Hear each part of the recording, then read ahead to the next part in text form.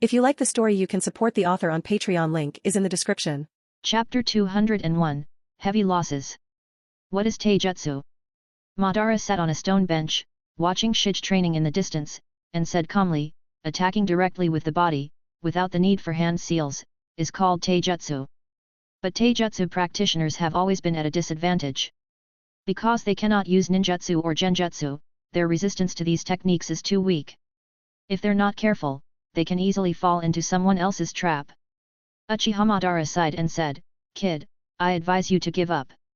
No one can become a strong warrior relying solely on Taijutsu. Uzushiagakuer seems quite good now." Madara looked at Shige, who ignored his words and continued training. A faint smile flashed across his face before he said indifferently, "Even if you don't become a ninja, you can live a comfortable life. Go find a job and work." "No." Shige turned his head, his eyes filled with determination as he looked at Madara. "I will never give up. I didn't become a ninja to live a good life, but to protect this country." Shige stared at Madara firmly. "I've experienced war, and I don't want Uzushiagakuer to fall into war. So, I will become a strong warrior like Kita and I will become a soldier of Uzushiagakuer." Seeing Shige's determination and hearing his words, Madara fell silent. Finally, he sighed and said, "I acknowledge your dream, kid." Then, a cold smile appeared on his lips. "Though this dream is still laughable. Do you think this country needs your protection? That Uzumaki brat has already. Just like when he and Hashirama were young, they were unmatched in the ninja world. A dream, as long as it persists, can become reality." Hearing the old man's words, Shige smiled and said, "This is what Jun-sama said. So I will keep persisting." Hearing that brat's words again gave Madara a headache. Why did a genius keep feeding others motivational nonsense? Wasn't he afraid of causing problems? He said helplessly, "You shouldn't listen to that red-haired brat." "Hey!" Shige looked at Madara in confusion. What did this old man just say? However, your body cannot use ninjutsu or genjutsu. Madara's expression turned serious. But you can still refine chakra. And a ninja's taijutsu isn't just about relying on the body.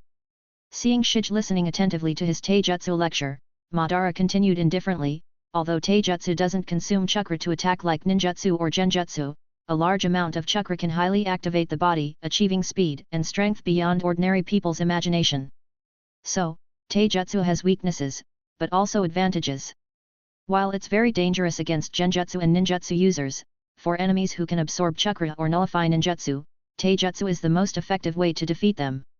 So, your body has already reached the limit of what it can endure at your age." Madara looked at Shige and said, "Considering the canned food earlier, I'll give you a piece of advice. From now on, focus on improving your chakra control. Once you can freely attach chakra to every part of your body, your taijutsu will truly reach the beginner level." "I see." Hearing the old man's words, Shige's eyes lit up as if he had found the path forward. He quickly asked, "How do I do it?" It seemed this old man must have been a taijutsu master in his youth. Otherwise, how could he understand taijutsu so well?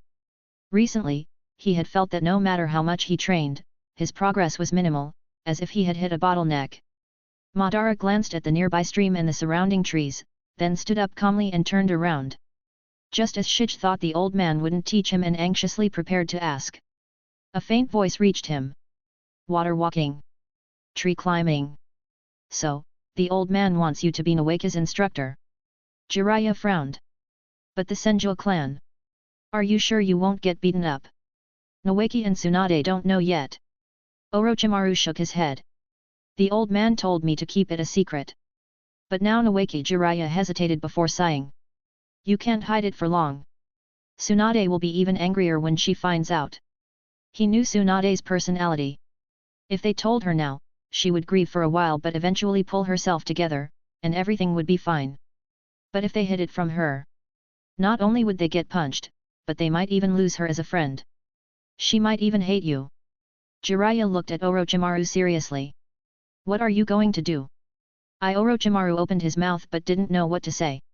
He understood his teacher's intentions to use the Senju clan's prestige to help him secure the Hokage position. "But in a few days, I'll tell Tsunade myself." Orochimaru hesitated before deciding. As for whether to tell Naoki, I'll let Tsunade decide. He couldn't bring himself to be ruthless. Even if Naoki had the potential to awaken would release, he didn't want to disappoint Jiraiya and Tsunade. After all, they were a team. Good. Jiraiya patted Orochimaru's shoulder and grinned. That's more like it. Don't worry about the old man. Tsunade will deal with him later. But Orochimaru sighed. I still agree with what the old man said. In this world, only strength can ensure survival. If Naoki awakens would release. Ah! Before Orochimaru could finish, Jiraiya waved his hand and sighed. I know, but he glanced at the group of kids nearby, who were curiously observing the battlefield. I just hope they can learn later. How cruel this ninja world is. Naive. Orochimaru scoffed at Jiraiya. The ninja world has always been cruel. The sooner they understand, the harder they'll fight to survive. Haha. Jiraiya laughed. Whatever. We can't stop them now. After all, the Konoha elders sent them here too. Before he could finish. Orochimaru-sama, Jiraiya-sama. A Konohanin rushed in anxiously. The Sunanin and Iwanin have launched another attack. October, year 32 of Konoha. Due to the alliance between Uegakure, Tsunagakure, and Omegakure, Konoha was defeated and suffered heavy losses. Anti-war sentiments began spreading in Konoha. Many complained to the Hokage, asking why underage children were being sent to the battlefield. So. Sigh. Hiruzen Sarutobi took a puff of his pipe, his back turned to Dan's, and sighed. Konoha can't wait any longer. If this continues, we'll fail our teacher and the first Hokage. And Dan's. I have something to say, but I don't know if I should say it. Chapter 202, Konoha wants to surrender. Where are you going? Zetsu asked with a blank expression, looking at Tobi, who was dressed differently and seemed ready to leave. Where is Lord Madara? Lord Madara is resting inside, Tobi pointed to the nearby room and said hurriedly. I've already prepared the food. Now I have to go to work. Tell Lord Madara later. If he didn't hurry, his perfect attendance bonus for the month would be gone. Then, he rushed off, leaving a confused Zetsu behind. What did he just say? Black Zetsu asked. Doesn't he need to take care of Lord Madara? I don't know, White Zetsu replied. Something about a job, who knows? Should we check on Lord Madara now? Forget it, Zetsu glanced at Lord Madara's room and shook his head. Let's go find that red-haired kid instead. Lord Madara might be asleep for a while. What about Konoha? Let's see what that kid actually plans to do. He still remembered the task the kid had given him to incite war among the 5 great shinobi villages. What about the food? White Zetsu asked after a pause. Should we tell Lord Madara? Tell him what? Since when does Lord Madara eat? He's been living off dirt in that cave all this time. Black Zetsu sighed helplessly. Just leave a note. Who knows when Lord Madara will wake up? We have missions now and no time to waste. Plus, there's still a lot to arrange for the Tsutsuki religion. We need to speed up urbanization, Uzumaki Jun said, looking at the documents submitted from below, then turned to Uzumaki Hibiki beside him. By now, all roads in Uzushiagakure should have been repaved, right? With the outside world at war, Uzushiagakure could use this time to focus on development. As for Kakuzu, a few days ago, he had taken 3 airships out to play the role of an arms dealer. A peace-loving arms dealer. Except for the undeveloped mountainous areas, all cities and ports have been repaved, Uzumaki Hibiki said, checking his notes. Riki-sama has already started planning the development of the mountains. So fast. Uzumaki Jun frowned. A country couldn't turn every area into a city. He wasn't sure if this world had issues like soil erosion, but thinking of Tsunagakure, he had a bad feeling. We still need to protect the environment, Uzumaki Jun sighed. Tell my father to hold off on developing the mountains for now. Finish building the designated cities first. As for the rest, Uzushiagakure was still too small. The current island was no longer suitable for its growth. It seemed they needed to start experiments on land reclamation. Uzumaki Jun stroked his chin, looking at the map on the table. For now, they could only expand upward or toward Kirigakure. But the land reclamation techniques from his original world might not suit the shinobi world, so They would have to wait for the research team to investigate and see if there was a shinobi-appropriate method. After all, Uzumaki didn't yet have the equipment for traditional land reclamation. Understood, Uzumaki Hibiki noted it down and then asked, the research team reported that they've run out of chakra crystals and gold dust. They need more soon. I'll notify Gato, Uzumaki Jun nodded helplessly. No progress yet on chakra glass research. Gold dust wasn't a problem, he could handle that himself. But chakra crystals? There was no other way. And relying on imports long-term wasn't sustainable. There seems to be some progress, Uzumaki Hibiki frowned, as if trying to recall something. But every time they store chakra in it, it disappears after a while. Hearing this, Uzumaki Jun nodded in satisfaction. Progress was good. The worst-case scenario would be no progress at all. Going from being unable to withstand chakra to holding it temporarily was a huge step forward. Maybe soon, glass could replace chakra crystals. Keep researching. Don't worry about waste, Uzumaki Jun tapped the table. The glass scraps can always be recycled and remelted. Got it, Uzumaki Hibiki nodded. One last thing, the Kirinin prisoners. Kirigakuer sent a message saying they didn't send anyone to invade Uzumaki. They want us to return the prisoners so they can investigate and give us an explanation. Kirigakuer had the nerve? Uzumaki Jun was speechless. Did they really think he was just some naive kid? Then tell Kirigakuer that Uzumaki has already investigated and confirmed these aren't their shinobi, Uzumaki Jun smirked coldly. No need to trouble them. Uzumaki will handle the prisoners ourselves. Trying to be slick, huh? Fine, these Jainin would stay in Uzumaki for re-education.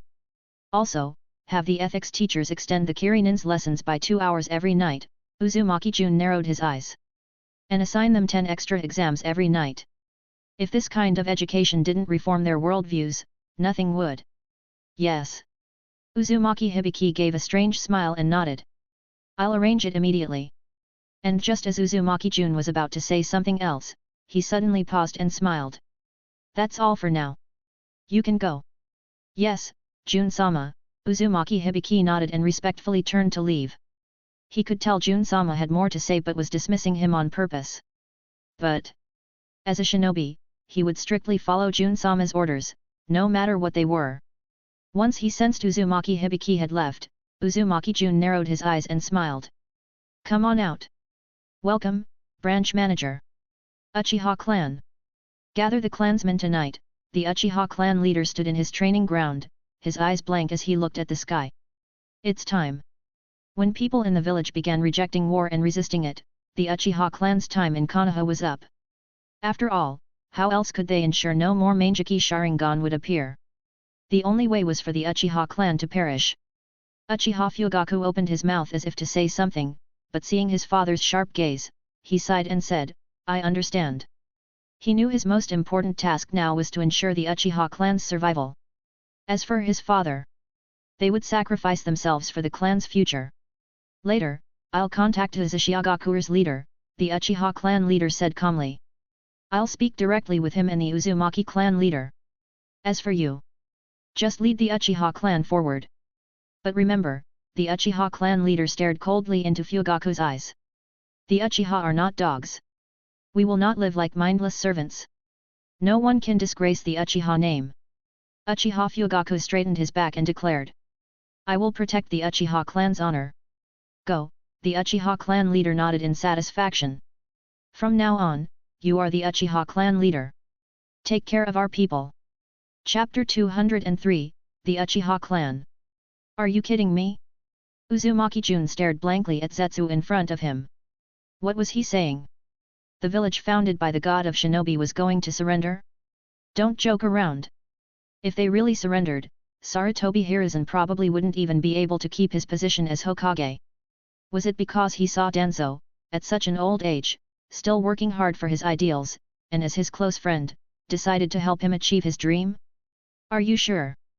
Uzumaki Jun frowned and asked. Will the daimyo of the Land of Fire agree? It's still unclear what's going on, Zetsu shook his head and said. But anti-war sentiment has emerged in Konoha. Anti-war sentiment? Uzumaki Jun stroked his chin, deep in thought.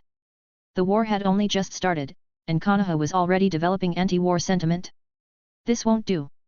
If they don't fight, how will Uzushiagaku develop? In that case, continue monitoring Konoha's situation, Uzumaki Jun said. If Konoha really intends to surrender, then we'll have to. He sighed and patted Zetsu's shoulder. Rely on you. With a smile, he added, I believe in you. Zetsu looked at Uzumaki Jun in confusion. What did this have to do with him? He was just here to report the news. Konoha. He couldn't take them on. Don't worry, Uzumaki Jun patted Zetsu's shoulder with a smile, wearing an expression of confidence. You can do it. As the famous mastermind of the shinobi world, if you can't do it, who can? I have something to say, but I don't know if I should say it. Zetsu hesitated. There was something he really needed to get off his chest. However. Then don't say it, Uzumaki Jun smiled. At over 1,000 years old, and still saying I don't know if I should say it. This was just asking for trouble. For now, come with me to Konoha first. He had just sensed that the specially crafted kunai he left with the Uchiha clan had been activated. Uzumaki Jun felt a surge of excitement. Now, Uzushiagaku finally had 3 of the 4 great noble clans, aside from the Byakugan. Land of Rain. Konoha Camp. What should we do now? Jiraiya frowned as he looked at Orochimaru in front of him. We can't hold out like this. If this continued, even the new kids who just arrived might end up buried in this land with them. Sigh. Orochimaru sighed and said, right now, there's nothing I can do. Sakumo needs to keep the smaller villages in check, Tsunade is facing off against Kumo, and only we. Facing 2 major villages in a Megakure. What could he do? He was desperate too. About Tsunade, Jiraiya hesitated for a moment before sighing. For now, let's not tell her about the Senju clan's situation. Maybe in the end, both of us will die here. Then it won't be our problem anymore, and Tsunade can take it up with the old man herself. And Noeki and the others. Send them back to the village. And while we're at it, let's give Yuta and Koharu, that crazy woman, a piece of our minds. Seriously, sending kids who haven't even graduated to the battlefield. Jiraiya's face showed frustration. If I were in the village, I'd make her experience the power of the Toad Sage firsthand. The old man was really something, agreeing to that crazy woman's suggestion. Orochimaru opened his mouth but eventually nodded. I'll have someone deliver the message to the old man. He licked his lips and narrowed his eyes. But you have to admit, some of these kids are quite talented. True, Jiraiya nodded in agreement. Like that one. The kid who used hand seals. It made him drool just thinking about it. If I survive, I should go find a disciple. If he could find the child of prophecy. Jiraiya couldn't help but feel excited. He would become the teacher of the one who would change the shinobi world. Surely, many girls would admire him and throw themselves at him. As for Tsunade. Today, you ignore me. Tomorrow, you won't be able to reach me. Jiraiya grinned foolishly. Meanwhile, Orochimaru beside him looked at him with disdain. Uchiha clan head, Uzumaki Jun smiled as he looked at the expressionless Uchiha leader in front of him. Have you finally made your decision? It seemed Konoha was finally pushing the Uchiha clan out to appease the other villages, even though that Manjiki definitely wasn't Konoha's doing. The Uchiha clan head remained silent for a moment before speaking calmly. I need to know how the Uchiha clan will be treated in Uzushiagaku. Or rather, what will the Uchiha clan have to give up? You don't need to give up anything, Uzumaki Jun said seriously.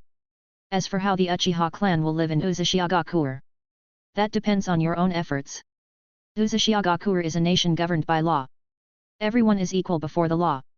Uzumaki Jun's gaze was steady as he met the Uchiha clan head's eyes. All I can guarantee is that the Uchiha clan will be citizens of Uzushiagaku, entitled to all the rights of its people. No one will discriminate against the Uchiha clan. Hearing Uzumaki Jun's words, the Uchiha clan head's smile flickered briefly before he replied calmly, I hope you keep your promise today. Keep his promise? In the name of the daimyo of Uzushiagaku, he swore that whether it was the Uchiha clan, the Senju clan, the Hyuga clan, the Yuki clan, or the Hazuki clan. As long as they were citizens of Uzushiagaku, they would be protected by its laws. Uzumaki Jun's lips curled into a mysterious smile. Don't worry, the Senju clan is also in Uzushiagaku. You can ask them how they're doing. He heard Senju Shikuma was doing quite well these days. He had gotten used to manual labor, mastering earth and water release to perfection, and was highly praised by all the captains in the construction division. Rumor had it he had even been promoted to captain of the 3rd division. Sigh. A single man responsible for over a dozen kids had no choice but to work hard. Especially since he had taken out a loan to buy a house. If he didn't work seriously, he probably wouldn't be able to pay off the mortgage. The Senju clan. The Uchiha clan head's pupils contracted slightly before he nodded faintly. He sighed inwardly. It seemed that bastard Senju clan head had also sacrificed himself for his clan. But would the feud between the Senju and Uchiha clans continue in Uzushiagakuer? And wasn't this Uzushiagakuer being way too bold? Aren't they afraid of being besieged and destroyed by the 5 great nations? After all, coveting another village's bloodline limits was a major taboo. In that case, the Uchiha clan head pondered for a moment before saying, "Can I meet the head of the Uzumaki clan?" He decided not to overthink things. Right now, all that mattered was ensuring the Uchiha clan's survival. Uzumaki Jun frowned at the question. "What do you want?" This Uchiha clan head. Did he not trust the word of Uzushiagakuer's daimyo, the youngest Kage renowned for his loyalty and righteousness? What did he want with the Uzumaki clan head now? Chapter 204, The Uchiha clan's Kekkei Genkai. Jun. The Uzumaki clan head complained as he looked around. "Why did you bring me here? There's still so much work to be done back in the country. Managing the new population, adjusting foreign trade, academy matters. The land of whirlpools had many urgent tasks requiring his attention recently. A clan head didn't believe what I said and wanted to meet the Uzumaki clan head in person." Uzumaki Jun spread his hands. "So I brought you here. If it weren't for them being the Uchiha clan, and considering the future of the land of whirlpools, Jun as the daimyo would have long ignored them." "Which clan?" The Uzumaki clan head frowned. "Just beat them up. You're now the daimyo of the land of whirlpools. Who dares look down on you?" Jun wasn't just the representative of the Uzumaki clan but also the daimyo of the land of whirlpools. Every word and action represented the nation, so they absolutely could not be insulted. Moreover, the Uzumaki clan had always preferred action over words. As the daimyo of the land of whirlpools and the youngest Kage, couldn't you just take direct action? That's the clan symbol. Jun pointed at the fan emblem on the wall and said calmly. "Which one?" The clan head stared at the emblem, frowning. "This looks somewhat familiar." Just then, "Long time no see, Uzumaki clan head." A deep voice sounded. "The Uchiha clan." The Uzumaki clan head turned and saw a middle-aged man standing before him. He frowned. "I was wondering who it could be. So it's the Uchiha clan." What was Jun planning now? The Senju clan, the Kamaizuru clan, the Shinoite clan. Did he want the land of whirlpools to take on the entire shinobi world alone? The Uchiha clan wishes to form an alliance with the Uzumaki clan. The Uchiha clan head said coolly. He had already thought it through. The Uchiha were no ordinary clan. The entire shinobi world coveted their Kekkei Genkai. And now was the Uchiha clan's weakest moment, so no matter how arrogant he was as clan head, he couldn't just hand the Uchiha over to the land of whirlpools like this. As for the Senju clan, they were already allies of the Uzumaki clan. Unlike the Uchiha, the land of whirlpools no longer accepts clan-based alliances. The Uzumaki clan head frowned. "Our nation has long moved past the outdated ways of the shinobi world. It is now a lawful, harmonious, and free country. Everyone must abide by the law including me," the Uzumaki clan head. Hearing this, the Uchiha clan head fell silent. He knew nothing about the current state of the land of whirlpools, so the Uchiha clan head glanced at Jun. He wanted to negotiate an alliance as one clan head to another. Jun noticed the look and frowned but eventually relaxed. "In that case, Uncle clan head, I'll take my leave for now." He subtly winked at the Uzumaki clan head, signaling him not to act rashly. First, let's see what the Uchiha clan head really wants. He actually wanted to exclude the daimyo of the land of whirlpools from the discussion. The Uzumaki clan head, who had been about to refuse, caught Jun's hint and nodded imperceptibly. "Very well.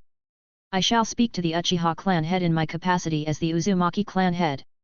Jun, now outside, wandered idly to the Uchiha training grounds. He casually found a spot to sit and watched a young man tirelessly throwing kunao. His eyes showed admiration as he murmured, as expected of the Uchiha clan's throwing techniques. Then, "Who's there?" The young man, hearing the voice, tightly gripped a kunao and turned sharply. Seeing a boy about 5 or 6 years younger than him, he frowned. Who are you? What are you doing here? This was a critical time for the Uchiha clan. Nothing could go wrong. Jun smiled at the Uchiha youth. Long time no see, Uchiha Fugaku. That's right, the young man before him was the next head of the Uchiha clan and the father of a future child of prophecy. You red hair. Fugaku, hearing the boy call his name, frowned suspiciously. Uzumaki. Uzumaki Jun, current daimyo of the land of whirlpools. Jun stood and walked toward Fugaku, smiling. Don't remember me? That kid from back then? Fugaku suddenly realized. The youngest kage in the shinobi world. Why did you seek me out? The Uzumaki clan head frowned. You didn't need to. Jun now governs both the Uzumaki clan and the land of whirlpools. No one would oppose any decision he makes. I know. The Uchiha clan head sighed. But you and I both understand the Sharingan. No one in the shinobi world could resist coveting it. Moreover, as the Uchiha clan head, he knew that Konoha's recent troubles were partly orchestrated by the so-called loyal and righteous Lord Jun. An alliance with him would be nothing but a trap. But he couldn't say any of this now. After all, the Uchiha clan would soon be living in the land of whirlpools. Best not to provoke this unconventional Uzumaki. Ah! The Uzumaki clan head nodded sympathetically. The Uzumaki clan had also suffered due to their unique physique. If not for Jun's rise, they might have been wiped out. But the land of whirlpools truly no longer engages in clan-based alliances. The Uzumaki clan head said. It violates our laws. If Jun agreed to your terms, the land of whirlpools will honor it. You have my word. Yet. No. The Uchiha clan head shook his head. I need you to swear on the Uzumaki clan's 1,000-year legacy. That's too much. The Uzumaki clan head frowned. The land of whirlpools operates on law. As long as the Uchiha abide by our laws, you'll be safe. Swear on the Uzumaki legacy? Back when they allied with Konoha, the Uzumaki had sworn on their 1,000-year name. And what happened? The Uzumaki kept their oath while Konoha nearly got them exterminated. The Uchiha clan's Kekii Genkai. The Uchiha clan head said coldly, as if not hearing the Uzumaki's words. I offer the Uchiha's bloodline and all our fire-style jutsu in exchange. Then. The Uzumaki clan head gaped at him. Have you gone mad? Knight. You're really going through with this? Jun asked the Uchiha clan head beside him. You should listen to your elders and stage a coup. Make Konoha suffer. After all, it's not you who wronged Konoha, Konoha wronged you. Truly attack his grandfather.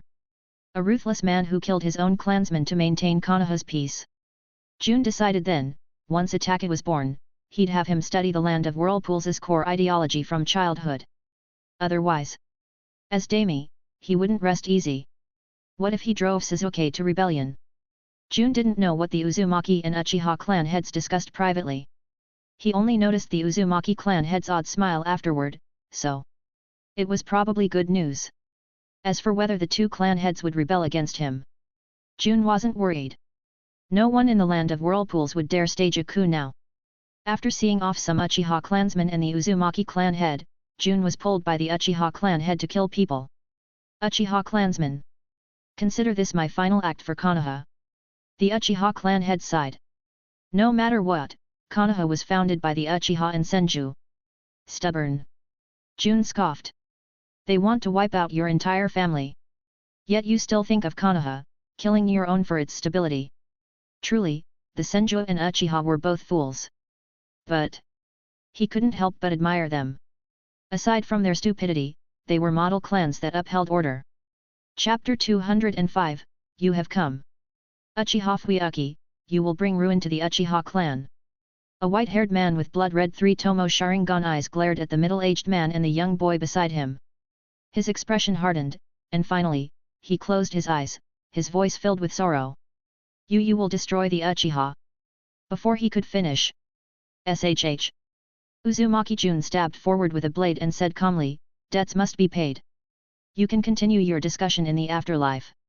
The Uchiha elder slumped over, dead, his wide-open eyes showing his unwillingness to close them in death. Beside him, the Uchiha clan head watched Uzumaki Jun with a speechless expression. Though he didn't mind taking the blame after all, he was about to die still. Could you at least not say unnecessary things? It's done. Uzumaki Jun wiped the borrowed Uchiha longsword in his hand and turned away, ignoring the Uchiha clan head's grim expression. Are there any others that need to be dealt with? Truly, none of them were a match for him. Without the Manjiki Sharingan, the Uchiha were essentially just elite shinobi, and for Uzumaki Jun, it was as simple as cutting them down one by one. No need. The Uchiha clan head looked around and shook his head, his voice filled with melancholy. This is enough. Did he really want to kill his own clansmen? But if he didn't act? If the ANBU discovered anything, the Uchiha who had gone to Uzashigakure would be in danger. Take these 3 pairs of Sharingan. The Uchiha clan head plucked the elder's 3 tomo eyes, adding them to the 2 pairs he had collected earlier. I hope the Uzumaki clan will keep its promise and ensure the Uchiha clan He paused, a bitter smile forming. At least avoids extinction. Uzumaki Jun took the 3 pairs of 3 tomo Sharingan with some confusion. These eyes belonged to the Uchiha elders. After all, unlike the Byakugan, awakening the Sharingan was difficult, let alone reaching 3 tomo. Thus, even among the Uchiha, 3 tomo users were rare, and those who possessed them were usually elders. Uzumaki Jun had originally intended to lecture this feudal clan about freedom, equality, and openness. But seeing the lifeless determination in those 3 tomo eyes, he sighed and said, I promise you, the Uchiha clan will grow strong again. At these words, the Uchiha clan head's lips curled slightly. Then, in a calm voice, he said, from this moment on, the Uchiha will close their gates. You must leave immediately. We can't wait any longer.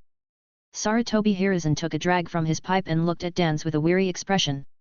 Everything depends on you now. They couldn't afford to delay any longer, or the battlefield would collapse entirely. Moreover, the recent movements of the Uchiha clan made him increasingly suspicious. Did they know something? Were they preparing a coup? Otherwise, why summon all their clansmen back to the compound? Was it really just a family gathering? Dans opened his mouth as if to say something, but considering the current state of Konoha, he sighed and said, You are Konoha's light, and I am Konoha's shadow. I know what must be done. Has Root moved out yet? Uzumaki Jun asked Zetsu, who stood before him. This trip to Konoha wasn't just about relocating the Uchiha clan. Uzumaki Jun had another goal in mind. To steal Hashirama's cells. Not because he wanted to transplant the cells of the god of shinobi, but to hand them over to the research division for study to compare them with his own cells and see what differences existed. With so many yang release enhancements, his vitality was already extraordinary, and adding would release. Perhaps they could make some discoveries. And if possible, now that the Uchiha were in Uzashigakure, there might even be a chance for a Rinnegan or 2 to emerge in the future. As for transplanting them himself, the thought of having Hashirama's face etched onto his body made Uzumaki Jun shudder. He wasn't like Madara, that passionate old dancer who happily carved his best friend's face onto his own body. Besides, with the system, why would he need anything else? He could rely on himself alone. That Uchiha clan head is clever, Zetsu said with a cold smirk. He knows to do the deed himself. Truly a descendant of Indra, no hesitation when it came to killing his own kin. Konoha is indeed preparing to move against the Uchiha. It's all inherited behavior, Uzumaki Jun sighed softly. The ones at the top set a bad example. What did you say? Zetsu frowned. Inherited what? Nothing. Uzumaki Jun snapped out of his thoughts and smiled. I just meant it's because they weren't raised with proper values. Uzashigakure will definitely strengthen ideological education for children in the future, instilling the correct worldview from an early age. For now, he still needed this professional ninja world paparazzo who had been active for centuries. It was best not to push him into rebellion. Root has already begun mobilizing, along with Konoha's ANBU, Zetsu said, ignoring Uzumaki Jun's rambling. He was used to it by now. What hypocrites! Oh! Uzumaki Jun narrowed his eyes at Zetsu, a faint smile on his lips. Then it seems you should prepare as well. And? Zetsu looked up in confusion, a bad feeling creeping into his heart. Uzashigakure. I'll help you register for Uzashigakure citizenship later. The Uzumaki clan head patted Uchiha Fugaku's shoulder. He opened his mouth as if to say more but ultimately sighed. You are now the Uchiha clan head. The entire clan is waiting for your orders. So, stay strong. My apologies. Uchiha Fugaku wiped his tears, looked up expressionlessly at the Uzumaki clan head, then turned to his clansmen. He sighed inwardly. He absolutely must not cry now. He had promised his father that he would lead the Uchiha to rise again. So, he couldn't cry. From now on, the elders will take care of the pregnant women and children. Uchiha Fugaku's voice was calm as he addressed his numb clansmen. Starting today. We are his fists clenched, as if mustering all his strength.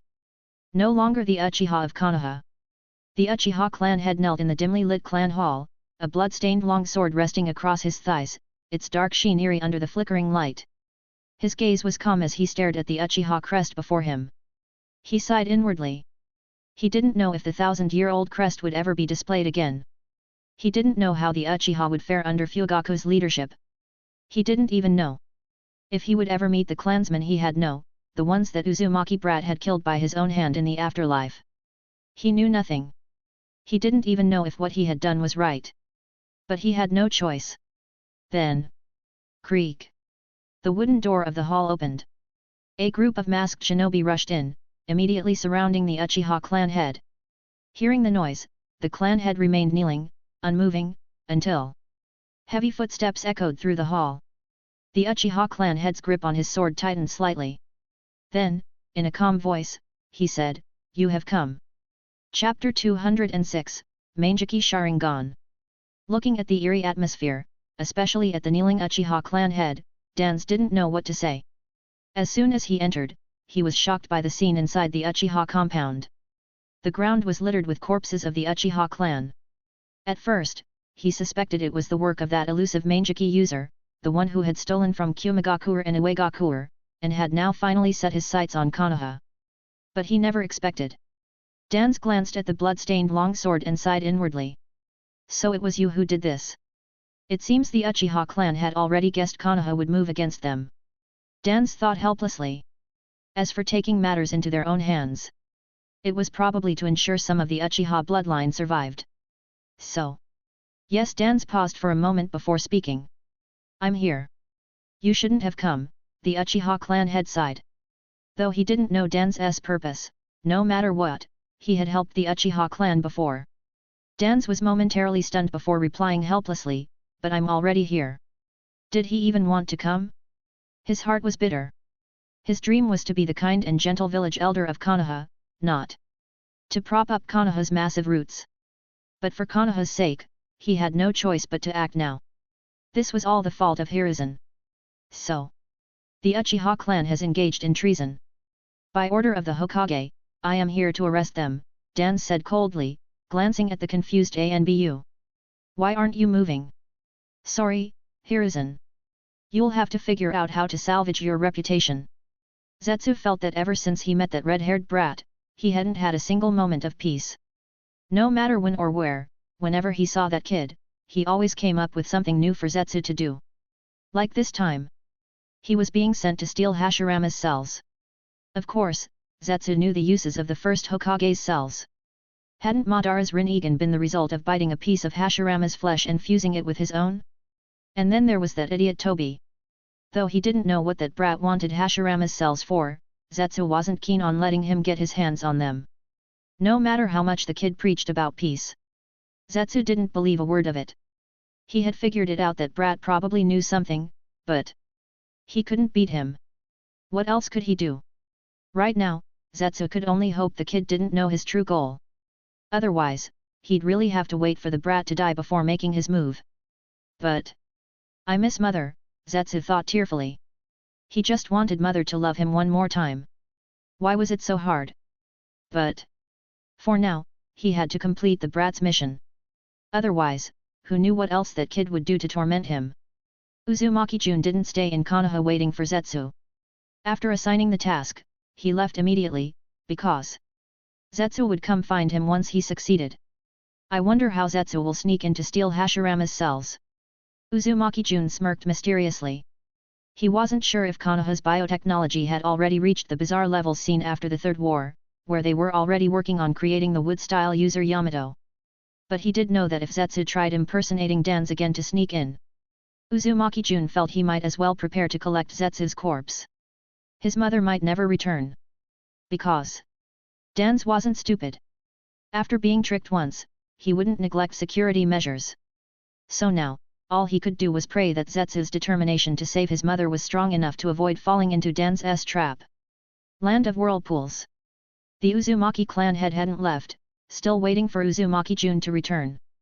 He hadn't even started processing the Uchiha clan's citizenship yet, because he didn't know if they needed to change their surname like the Kamaizuru clan had. And the Uzumaki clan head glanced at the Uchiha survivors. Given their stubbornness, they probably wouldn't agree to abandon the Uchiha name. So it all depended on Uzumaki Jun's arrangements. At that moment, "You're back." The Uzumaki clan head smiled as he noticed the spatial fluctuations. "Thanks for your hard work." Uzumaki Jun appeared and handed over 3 pairs of Sharingan eyes. "The Uchiha clan head gave these to you." "To me?" The clan head took the eyes, confused. What was he supposed to do with them? "What's wrong?" Uzumaki Jun noticed his expression. "Wasn't this part of your deal with the Uchiha clan head?" "Deal?" The Uzumaki clan head suddenly remembered and said with a strange expression, Right. I remember now. That was part of the deal. So this was how the Uchiha's bloodline worked." A trace of regret flashed in the Uzumaki clan head's eyes. He had thought. Glancing at a 10-year-old girl among the Uchiha, he sighed inwardly. He had hoped the Uzumaki clan might gain the Uchiha bloodline through marriage. Apart from the Uzumaki and Senju clans, other clans with bloodlines strictly prohibited intermarriage to maintain purity, at most allowing outsiders to marry into the clan. Just as the Uzumaki clan head was lamenting. "Long time no see," Uzumaki Jun walked up to an Uchiha girl and smiled. "Uchiha Mikoto." "Yeah," Mikoto nodded quietly, then fell silent. She still couldn't accept how the Uchiha clan, once a proud clan of Konoha, had been wiped out in an instant. Uzumaki Jun sighed and said, "Don't be sad. If you ever need help, you can come to me. For example, the ideological education of her 2 sons." Uzumaki Jun was confident he could correct the twisted worldviews of those 2 boys and mold them into outstanding revolutionary warriors of the Land of Whirlpools. Meanwhile, Uchiha Fugaku remained silent before asking, "Father, is he?" When he saw the 3 pairs of eyes, he realized the Uchiha clan was truly. Suddenly, a sharp pain shot through his eyes. Uchiha Fugaku clutched his face and screamed in agony. Uzumaki Jun quickly supported him, alarmed. It seemed the shock had triggered an evolution. Given that Fugaku already had the 3 Tomo Sharingan, this was Manjiki Sharingan. "I'm fine now." After a moment, Fugaku's hoarse voice spoke up. "Thank you." He didn't know why his eyes had hurt so badly, but he felt his ocular power had increased significantly. Now, what should he do? Uzumaki Jun hesitated but decided to inform Fugaku. After all, he would find out eventually, and Jun wasn't afraid of a single Manjiki.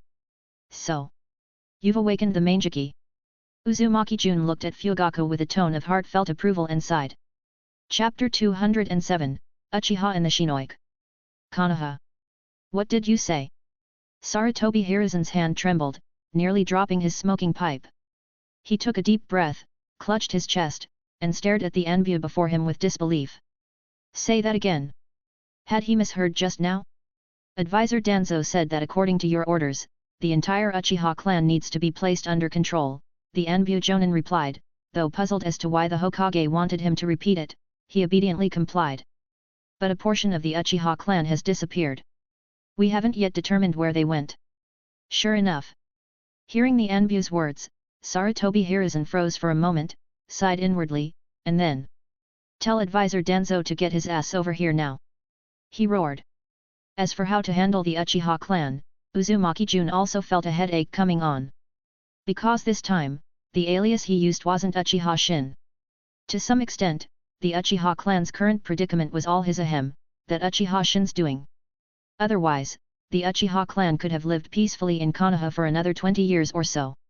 So, if the Uchiha clan were to find out, Uzumaki Jun estimated that this batch of Uchiha members raised in Konoha would definitely develop extreme mindsets. After all, the Uchiha clan's tendency to feel like the whole world had wronged them at the slightest provocation was just too terrifying. Thus, for a period of time afterward, the Uchiha clan's focus would have to be on ideological reconstruction. But right now, the issue with Konoha needed to be handled carefully. It was likely that Uzumaki wouldn't be able to keep things hidden for long. Once Konoha found out, they would definitely investigate thoroughly.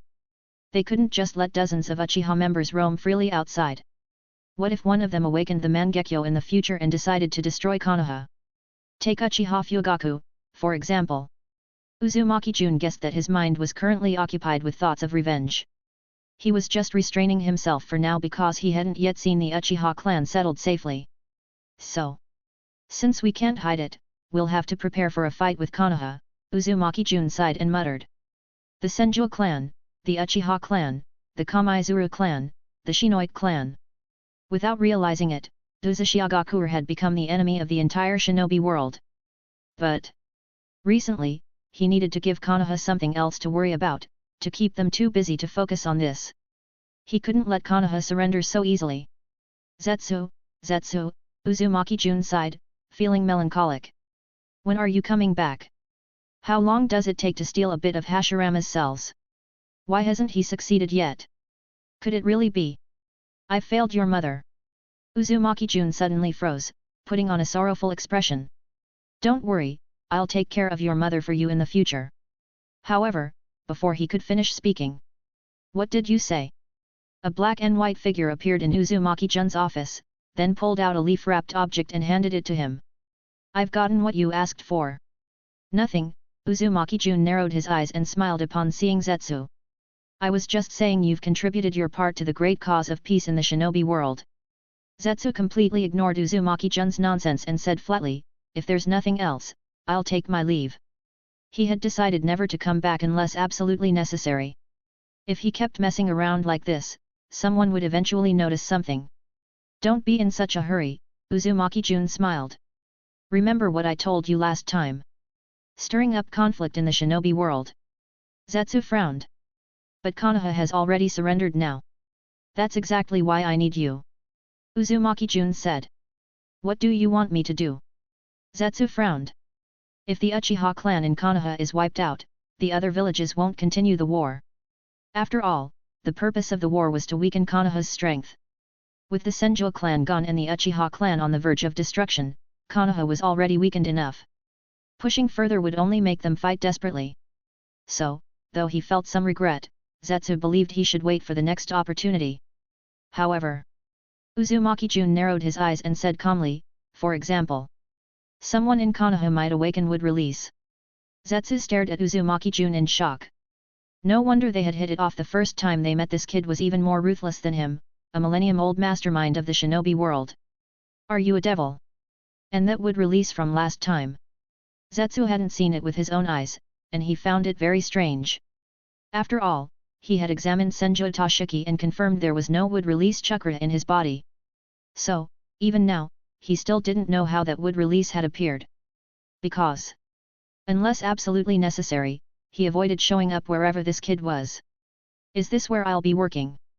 Uchiha Fugaku frowned as he stood before the building labeled Public Security Bureau and walked inside. Yesterday, when he had asked Lord Jun what his duties would be, he had been assigned to a place that sounded just like Konoha's military police force. Though it came with benefits like insurance, a pension, and weekends off when things were quiet. He had been reluctant. After all, why had the Uchiha clan fallen to such a state? Wasn't it because they had been too diligent in their work and made too many enemies? But considering that the Uchiha clan had just arrived in Uzumaki, and Lord Jun had promised that if he wasn't happy with the job, he could resign and find another, Uchiha Fugaku had agreed. Let's see what it's like, Uchiha Fugaku sighed inwardly and muttered. Maybe it's different here. As soon as he entered, he saw a spacious hall with over a dozen staff members in different uniforms bustling about, seemingly busy with various tasks. At the center of the hall hung a sign that read, "Serve the people." Uchiha Fugaku stared at the 5 large characters, momentarily stunned. What does this mean? Just then, a young man in a black uniform walked over and smiled. Hello, how can I help you? Ah, yes. Uchiha Fugaku snapped out of his thoughts and nodded expressionlessly. I'm here to report for duty. He handed over the envelope in his hand. A new colleague. The young man brightened upon hearing this. The chief mentioned you this morning. I didn't expect you to come so early. We've been swamped lately. It's great that they finally approved adding more staff. Come with me. The chief said to bring you straight to him if you arrived. Then, Uchiha Fugaku followed him, feeling a strange sensation in his heart. This place really is different. After walking further inside the Public Security Bureau, the young man led Uchiha Fugaku to an office, knocked on the door, and said, "Chief, the person you mentioned has arrived." After a moment, "Come in." A deep voice sounded from inside. "You can go in by yourself," the young man smiled. "I still have work to do." With that, he left. Uchiha Fugaku frowned at the door but decided to enter and take a look. He stepped inside slowly. Inside the office, a middle-aged man stood with his back to Uchiha Fugaku, seemingly gazing out the window. Sensing movement, the man spoke calmly without turning around. "Uchiha clan?"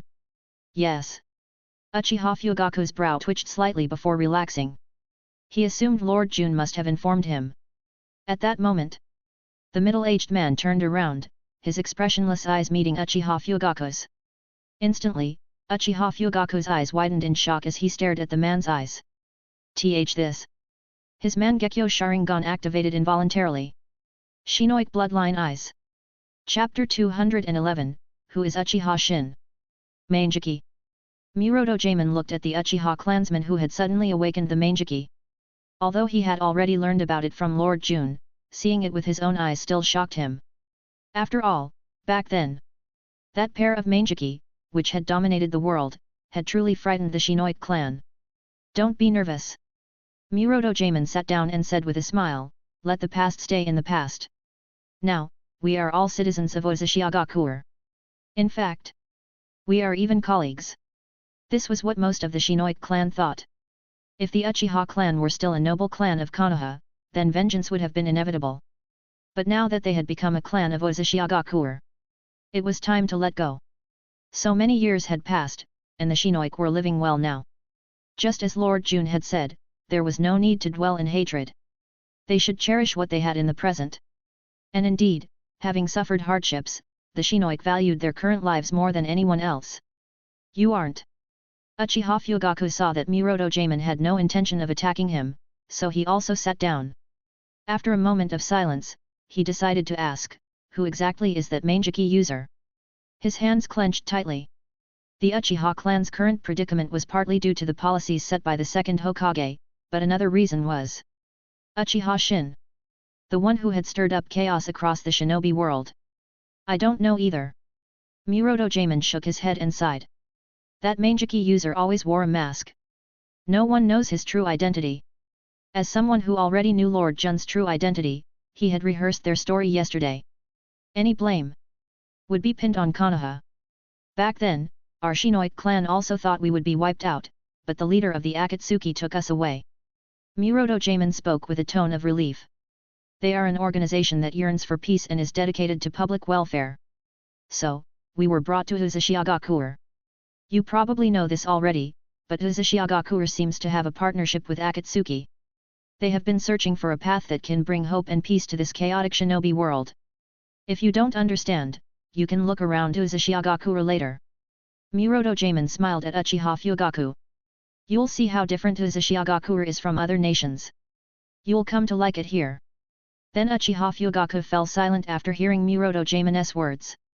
He was aware of the relationship between Akatsuki and Uzushiagakuer, or rather, most shinobi villages knew about the close ties between that powerful organization and Uzushiagakuer. In the end, he sighed regretfully. No one knows. He had thought that here, he might finally learn the identity of the Mangeki user who had reduced the Uchiha clan to this state. If he could just find him, with his own Mangeki, perhaps he could capture him. But now, no one knew. No. Miroto Jaemon shook his head, frowning. According to Akatsuki's intelligence, that Mangeki user is indeed from Konoha. And it seems he only has one Mangeki eye. Sigh. These were all things Lord Jun had instructed him to say. No matter what, they would shift the blame onto Konoha. One eye Mangeki. Uchiha Fugaku frowned and muttered, who could it be? Konoha. The only ones in Konoha who could awaken the Mangeki were the Uchiha. But now, even with the Uchiha clan in such a state, that Mangeki user still hadn't appeared. So, Uchiha Shin Konoha. Uchiha Fugaku clenched his fists, his face twisting in fury. I will find out the truth. Calm down, calm down. Seeing Uchiha Fugaku like this, Miroto Jaemon broke into a cold sweat internally and quickly said, in our line of work, we must always wear a smile. We can't let emotions interfere with our duties. Uchiha Fugaku paused, took a deep breath, and regained his stoic expression. My apologies. It's fine. I understand. Miroto Jaemon smiled bitterly and shook his head. Back then, our Shinoite clan. Now, only a dozen or so clansmen remain. The Uchiha Fugaku didn't know how to respond to Miroto Jaemon's words. But it's fine. Miroto Jaemon waved his hand and smiled. Back then, we were on opposing sides. What's past is past. Now, we are both part of Uzushiagakuer, so there's no need to worry. Thank you. Uchiha Fugaku let out a sigh of relief. If conflict broke out between the Uchiha and the Shinoite now, he didn't know how Lord Jun would react, especially since the Shinoite clan had arrived in Uzushiagakuer long before the Uchiha. What do you need me to do? Uchiha Fugaku took a deep breath, suppressing his hatred. Right now, his duty as clan leader was to ensure the Uchiha clan's stability. Miroto Jaemon thought for a moment. For the next few days, familiarize yourself with the workflow. Follow the patrol officers on their rounds to get accustomed to the environment. Understood. Uchiha Fugaku nodded. This would be a good opportunity to see how Uzushiagakuer's police force differed from Konoha's security team. Then I'll head out to work now. Uchiha Fugaku stood up. I'll make sure the Uchiha clan behaves appropriately. Don't worry. Miroto Jaemon smiled and nodded. Someone outside will guide you on your tasks, so there's no need to be nervous. Oh, right. As Uchiha Fugaku turned to leave, Miroto Jaemon suddenly remembered something and asked, how much did the Uchiha borrow from that loan shark? That ruthless bastard. The interest rates just kept climbing. Loan. Uchiha Fugaku turned back in confusion. The Uchiha clan didn't take any loans. Before coming here, Lord Jun told us to bring some money, so the Uchiha clan doesn't need loans. It was just a shame they couldn't bring the valuable land deeds from Konoha. Meanwhile, hearing Uchiha Fugaku's words, Miroto Jaemon stared blankly at his retreating figure, then, no fair. A wail echoed through the office. Danzo sighed as he looked at the Uchiha clan leader, who had plunged a long sword into his own stomach. He hadn't even planned to do anything, so why had the man committed suicide? And even killed his own clansmen. What a ruthless man! When the ANBU tried to take the Uchiha corpses away, Danzo invoked the Hokage's authority and brought them all to root instead. Sharingan, Danzo murmured. How enviable! The wood release of the god of shinobi, and the Mangeki of the god of shinobi's rival. These two Kekii Genkai were coveted by the entire shinobi world. But ever since the first Hokage and Madara had left, no one else had awakened them. Well, no, that wasn't entirely true.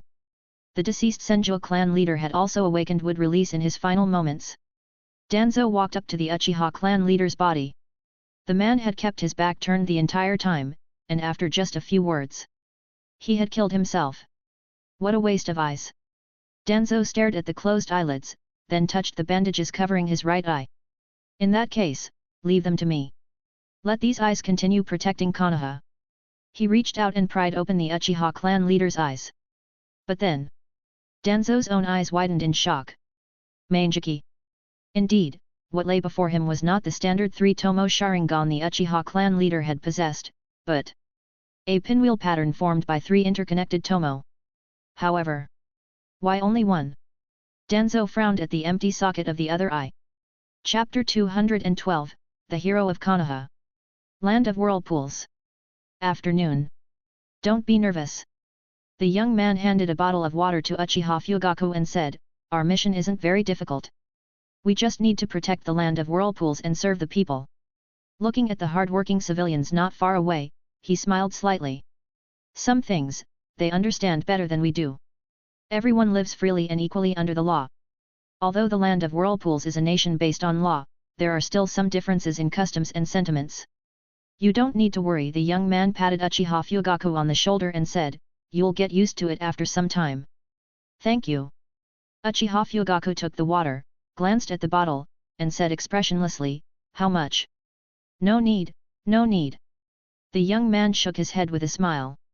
Consider it a treat from your senior. The Uchiha clan hasn't changed at all. Always so serious and strict.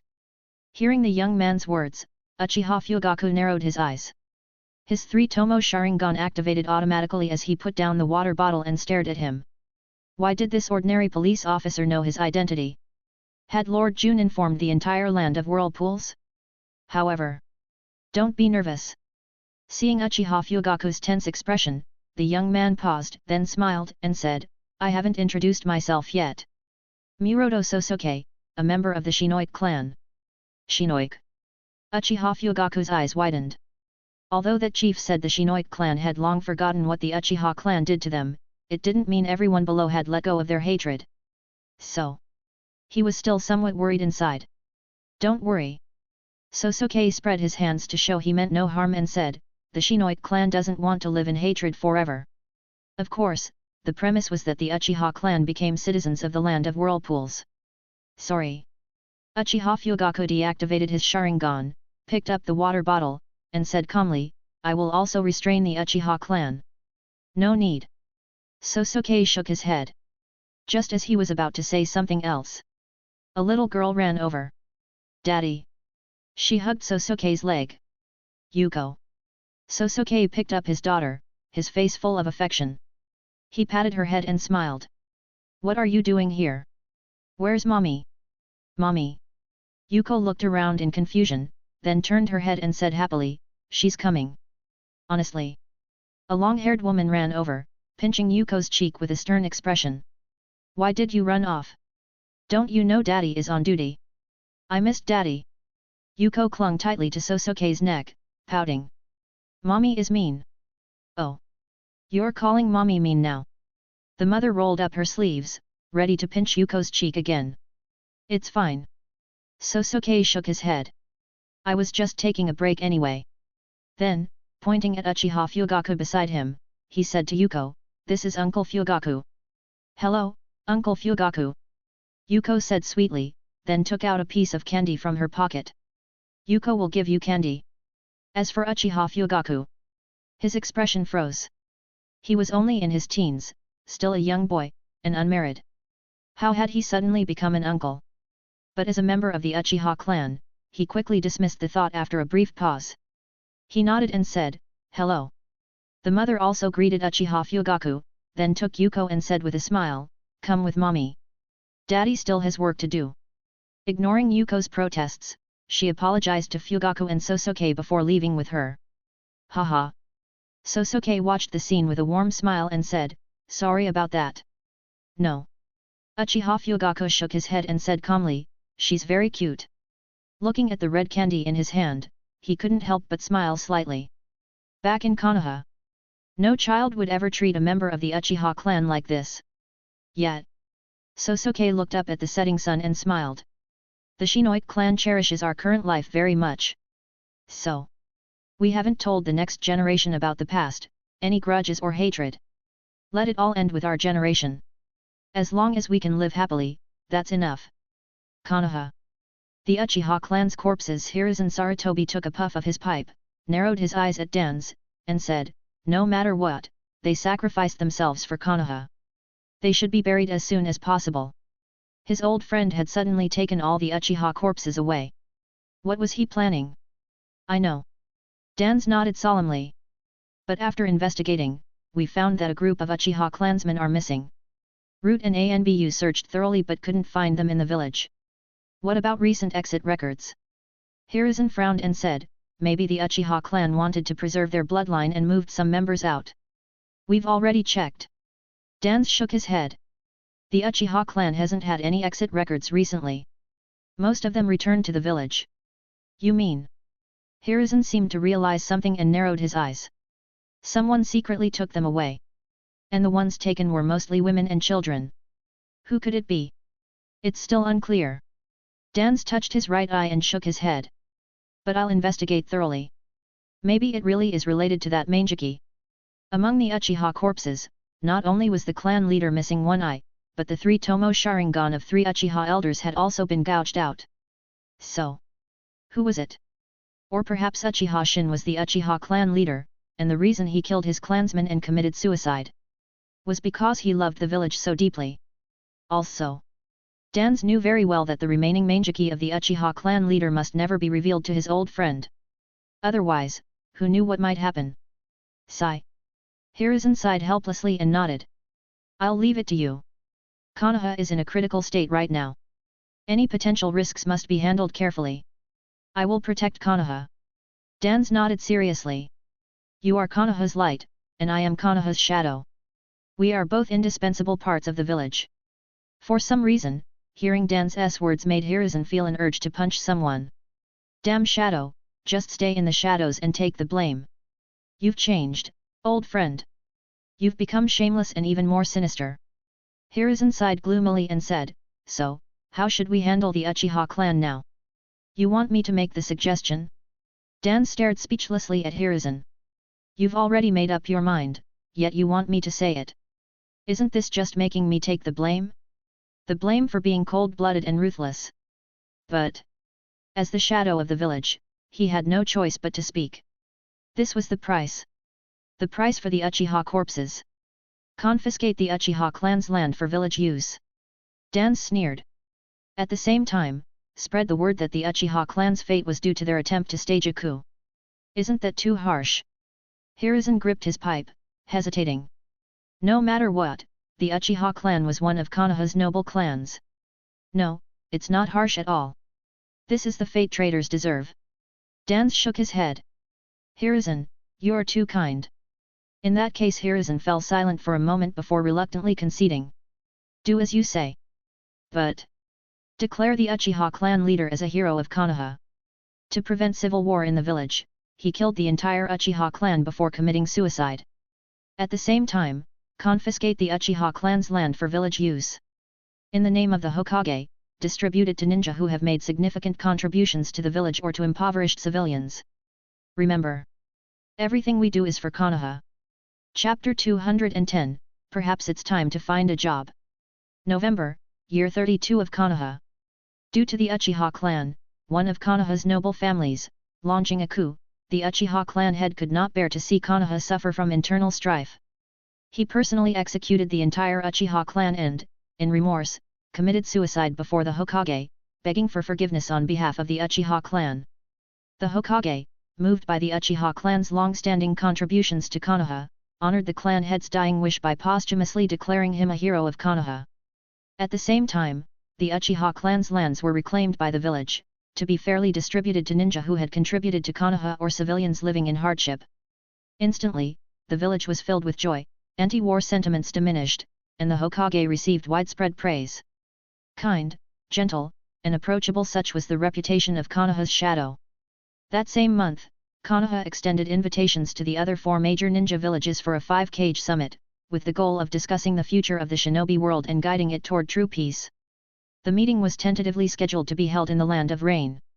However, due to the Uchiha incident, the Hokage could not leave the village to attend. Instead, his disciple, Orochimaru, would represent him. Uzumaki Jun read the morning's Shinobi World Daily, a newspaper published by the Uzumaki Country Press. It consisted of 2 main sections, the Shinobi World Report and the Uzumaki Country National Report. The Shinobi World Report covered major events in the Shinobi world, including updates on the 5 great nations and their hidden villages. The Uzumaki Country National Report focused on domestic developments, policies, and future changes. Truly impressive. Uzumaki Jun clicked his tongue as he read the news from Konoha, sighing in admiration. As expected of the longest-serving Hokage in Konoha's history. It wasn't just because there was a professional scapegoat in the village, the man clearly had his own methods. I wonder how the Uchiha clan will react when they see this, Uzumaki Jun murmured, shaking his head. This grudge is huge. 5-cage summit.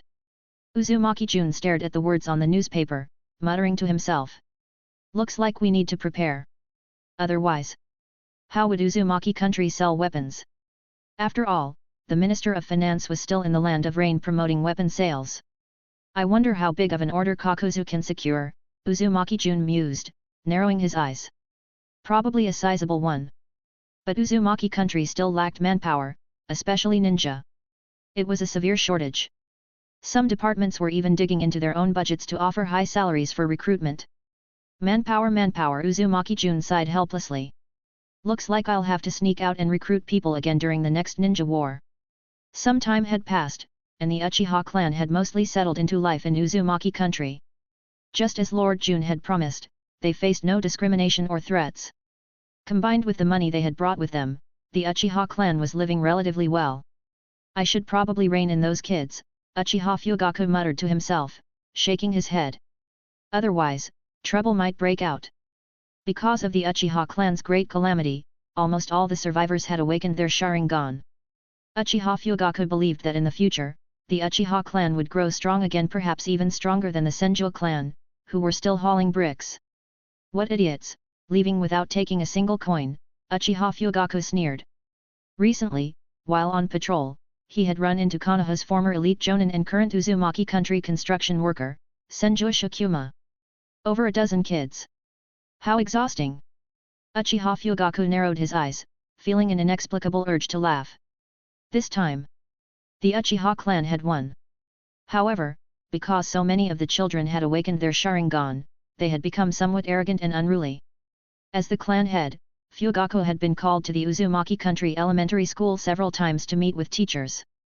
Uzumaki country had strict rules about respecting teachers. So Uchiha Fugaku couldn't argue. After all, he was still a young man, unmarried, and yet he was already being treated as a parent. What could he even say? Somehow, word of this had reached Senju Shikuma, who had recently taken to mocking him about it. If nothing else works, I'll just have to beat them, Uchiha Fugaku sighed. Otherwise, I'll be running to the school non-stop. In the end, they had kept the Uchiha name rather than changing it. This was because of the Sharingan's unique nature. It would activate under strong emotions, making it impossible to hide for long. Lord Jun had thus not demanded they change their surname, only advising them to be careful. Officer Fugaku, you're up early. Before he knew it, Uchiha Fugaku had wandered near the farmland. A man in his 60s waved cheerfully at him. Want some breakfast? No, I still have duties, Uchiha Fugaku replied stiffly, forcing a smile. I've already eaten. You go ahead. He still wasn't used to smiling. At first, the civilians of Uzumaki country had thought his cold demeanor meant he was unfriendly. But after spending time with him, they realized he was just a bit expressionless. Otherwise, he was a good person. All right, then. Take care. The old man wasn't bothered and remained cheerful. At least have some water. He then had his grandson pour a cup of water for Uchiha Fugaku. Uchiha Fugaku thought for a moment before nodding at the chubby boy. Thank you. He drank the water in one gulp and left.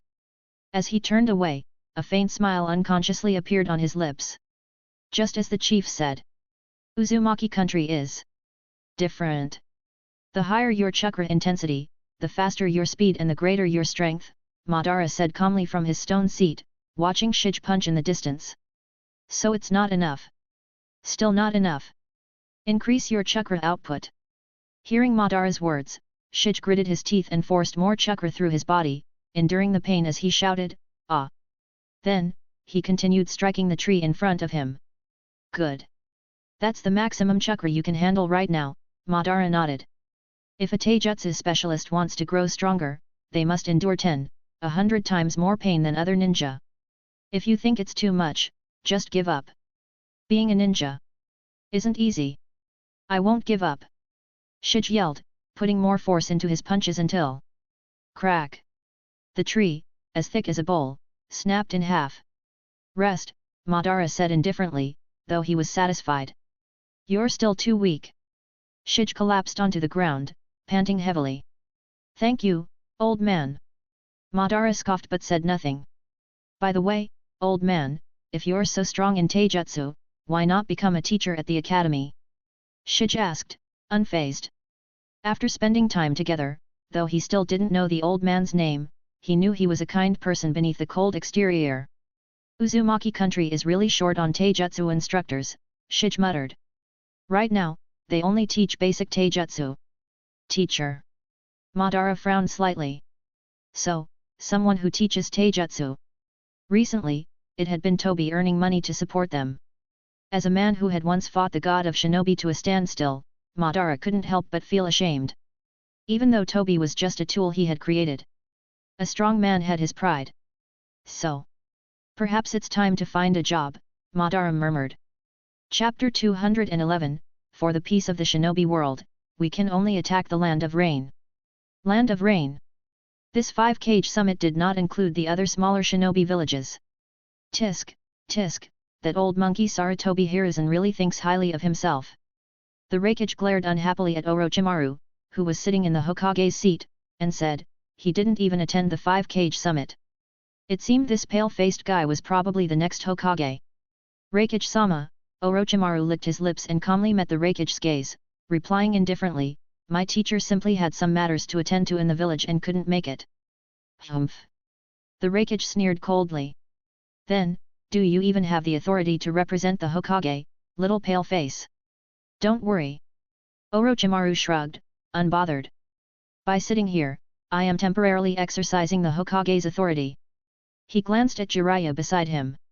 As long as the two of them were present, they had nothing to fear from any cage unless, of course, they all attacked together. In that case, the Kazekage said, seeing that the atmosphere had been sufficiently set, what compensation will Konoha offer us? Compensation. Orochimaru smiled, a cold glint flashing in his eyes. Konoha has not been defeated, nor has it done anything out of line. What compensation are you talking about? Humph. The Kazekage scoffed. If that's the case, why did Konoha summon us here? Might as well go back and wait until we're at Konoha's gates before talking? We called you here to ensure that everyone can work together to maintain peace in the shinobi world. So there are a few things that must be made clear. First, the Manjiki does not belong to Konoha. Orochimaru placed his hands on the table and smiled. The legendary tools were not stolen by Konoha. In fact, Konoha doesn't even know whether the situation you described is true. And through the Uchiha clan, Orochimaru licked his lips. You all already understand. We do understand. The Tsuchikage narrowed his eyes. Konoha's methods are truly ruthless. Even the Uchiha clan, which founded Konoha and achieved great merits, you didn't hesitate to turn on them. It was the Uchiha clan leader who acted. Orochimaru smiled. So, what you wanted Konoha to do, Konoha has already done. Humph. Hearing Orochimaru's words, the 4-cage fell silent. Especially the Mizu cage. He was only here as an observer. Kirigakure had no intention of joining the war. But what does that have to do with us? The Raikage, bare-chested, slammed his fist on the table. If you don't return the tools to us, then go back and wait for us to come take them ourselves. Raikage-sama, don't be so hasty. Orochimaru smiled. Hear me out first. He signaled Jiraiya to unfold a map of the shinobi world and pointed at the Land of Rain. Take a look here. If you continue to attack Konoha, your losses will only grow. The Land of Rain borders 3 major nations, the Land of Fire, the Land of Wind, and the Land of Earth. Due to prolonged war, even though Omegakure produced a demigod of the shinobi world, Orochimaru glanced at the expressions of the 4-cage. The Land of Rain remains a small country. It has no possibility of growing stronger. But according to Konoha's investigations, Omegakure has been gradually gathering the ordinary citizens of the Land of Rain. Orochimaru licked his lips and narrowed his eyes. This means Hanzo of the Salamander intends to end the civil strife in the Land of Rain. If the 3 major nations hadn't secretly manipulated the chaos in the Land of Rain, Orochimaru would never believe it. After all, the Land of Rain served as a buffer zone between the 3 great nations. A chaotic country was more beneficial to maintaining peace along their borders. You don't want a 6th great shinobi village to emerge, do you? Orochimaru smiled. Moreover, if things continue like this, Konoha will fight with everything it has. No one will come out unscathed, and it might even give. Slap. Orochimaru smacked the map over the Land of Rain and declared, the Land of Rain an opportunity to rise as the 6th great nation, the 6th great shinobi village.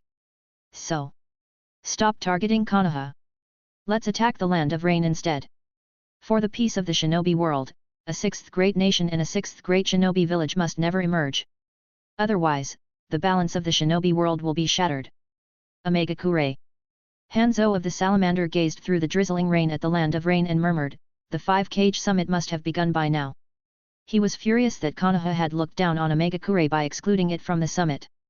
No matter what, Omegakure had also participated in the attack on Konoha.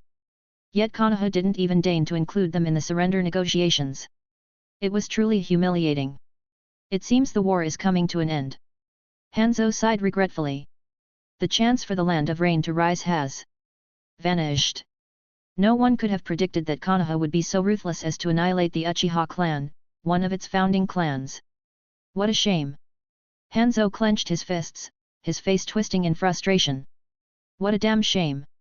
He had prepared for so long, purchased so many tools, and gathered so many civilians only for it all to end in wasted effort.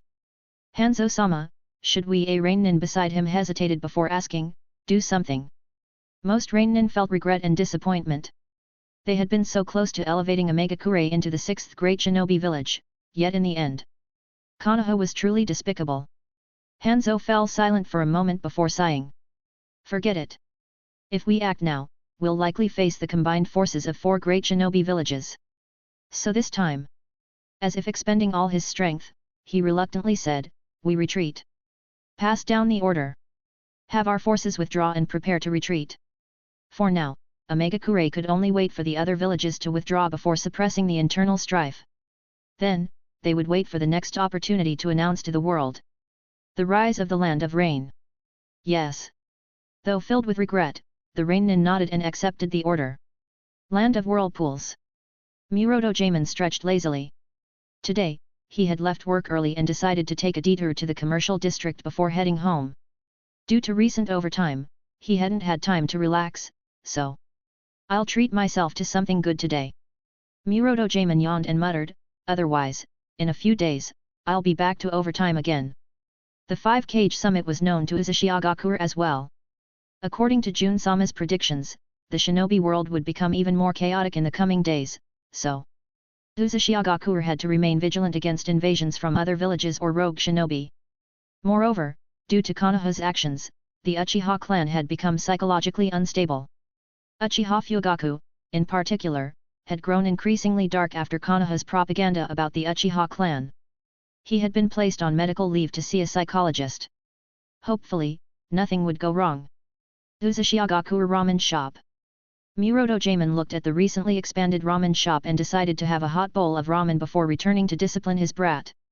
In about a month, Muroto-en would graduate. Muroto Jaemon smirked. Lately, that kid has been behaving in school, no more mischief. At first, Muroto-en had thrown tantrums about not wanting to attend school. After being forced to go, he had caused trouble repeatedly, forcing Muroto Jaemon, the Uzumaki bureau chief, to visit the academy multiple times. It was downright embarrassing. Then, Muroto Jaemon looked up at the newly expanded ramen shop, particularly at the blackboard by the entrance. New products. Secret pork blood ramen. Secret duck blood ramen. Spicy blood stew. New ramen flavors, hey. Muroto Jaemon murmured. I'll try them today and see how they taste. Chapter 212, Becoming a Teacher. Late November, year 32 of Konoha. Winter arrived. The major ninja villages began tightening their defenses, especially the anti-Konoha alliance, a temporary coalition formed by smaller villages to pressure Konoha into returning confiscated weapons, which quickly fell silent. Most of them started recalling their ninjas, because if the 3 great villages weren't fighting anymore, what was the point? If they kept going, they might end up like the Sky Ninja village or the Hazuki clan. So, it was better to back down. As for the civilians of the ninja world, the ones who suffered the most from the war were the ordinary people, powerless to control their own fate. Hunger and cold remained the most terrifying demons they faced.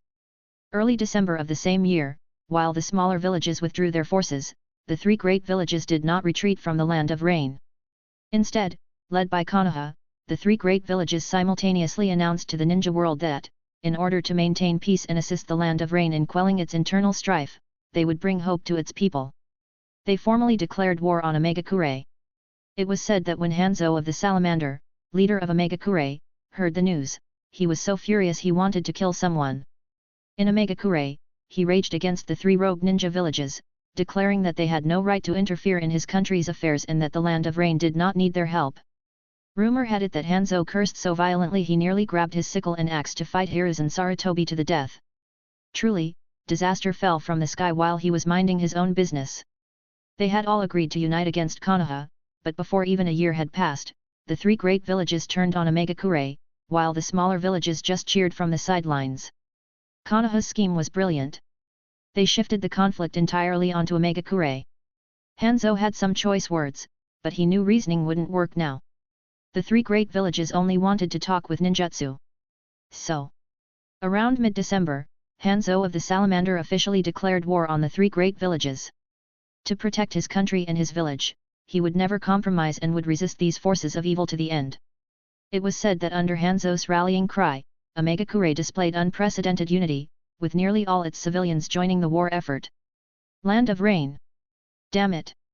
Hanzo's face was pale as he reviewed the constant stream of reports. The situation in a megakure wasn't as good as he had hoped. Although they had purchased a large number of infinity gauntlets from the Akatsuki, the Sand Village had them too. A megakure couldn't gain any advantage and was barely holding on. So, allies, Hanzo muttered with a sigh. We must find allies for the Land of Rain. Otherwise, even if he called himself the demigod of the ninja world Hanzo of the Salamander, he would end up as nothing more than pickled fish. But where could they find allies now? Uzushiagakuer was out of the question. Just thinking about how badly Konoha had been tricked, forced to sell out its own noble clans for peace, made him uneasy. After all, a megakure was too poor to have any noble clans to sell. Lord Hanzo, the Akatsuki representative is here again, a Rainin reported respectfully. Shall I let him in? Akatsuki. Hanzo's eyes lit up. Let him in, quickly.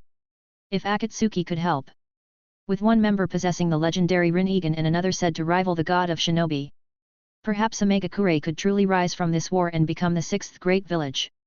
Thinking this, Hanzo felt a surge of excitement. I wonder if Akatsuki would be willing to lend on credit. Uzushiagakuer. As expected, Uzumaki Jun murmured with a faint smile as he read the morning paper. In the end, it's the Land of Rain versus the 3 great villages. When conflicts couldn't be resolved, the solution was to shift them elsewhere. Since Konoha was undeniably the strongest village, with its leader hailed as the strongest cage, the other villages didn't dare push too hard.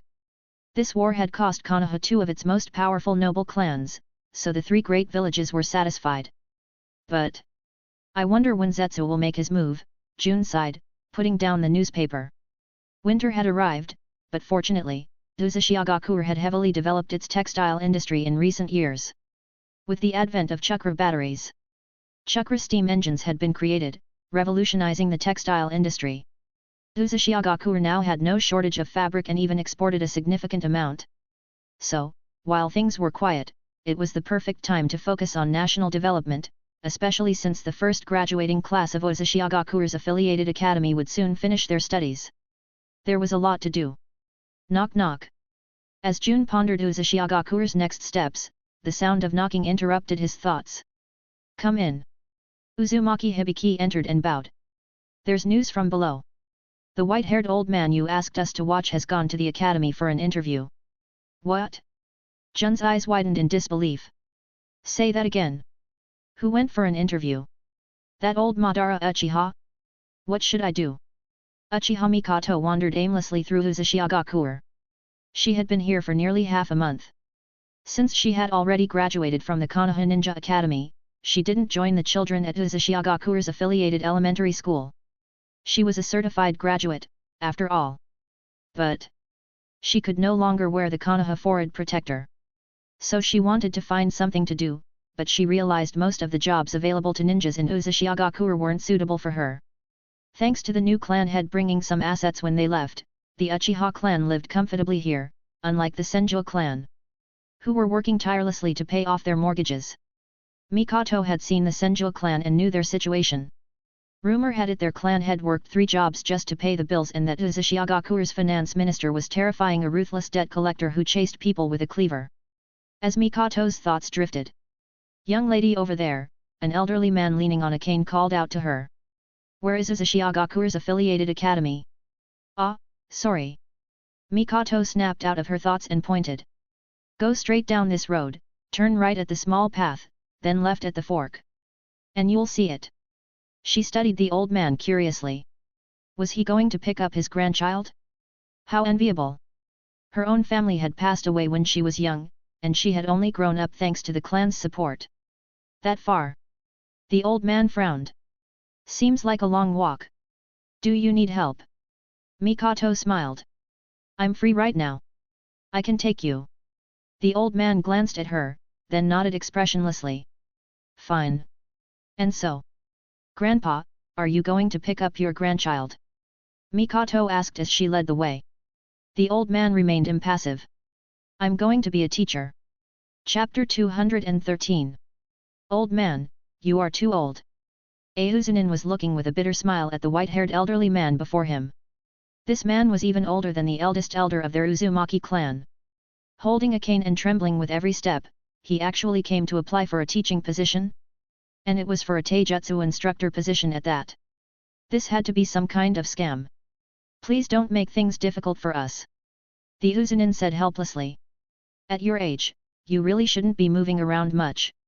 If he could barely walk, how was he supposed to teach taijutsu? Humph. Madara scoffed disdainfully at him. A mere chunin wasn't worthy of an explanation from him. So.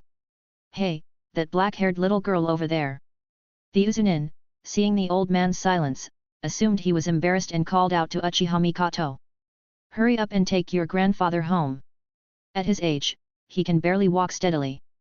Couldn't you at least buy him a wheelchair? At his age, there are subsidies for wheelchairs in Uzumaki. You don't need to worry about the cost being too high. But... Stay calm, stay calm. Madara Uchiha took a deep breath, comforting himself inwardly not to act rashly. This was Uzumaki, and this chunin wasn't entirely wrong. He really was old. Beside him, Uchiha Mikoto froze upon hearing the Uzunin's words. She wasn't this old man's granddaughter at all. Though she agreed with the Uzunin's sentiment. No matter how you looked at it, it was too hurtful to his pride. Especially for such an elderly man. At his age, he still came looking for work. His family's situation must be really tough. So. How pitiful. Just as she was about to explain. Old man. A voice suddenly came from inside. Immediately, everyone turned to look. A black-haired boy with bandaged hands walked out from the back. It's you, brat. Madara frowned at Shige as he approached. Why aren't you training today? Had he given up because the training was too harsh? Oh, I came here today to apply for graduation. Shige scratched the back of his head sheepishly. Since I'm not a student at the academy, I had to come here to see if I could sign up for the exam. After all, joining the military requires at least a genin level certificate. Madara nodded faintly upon hearing this but said nothing more. Instead, he turned back to stare at the Uzunin before him. However. Shige, is this old man your grandfather? The Uzunin asked curiously. I thought you were adopted by Kita. Where did this grandfather come from?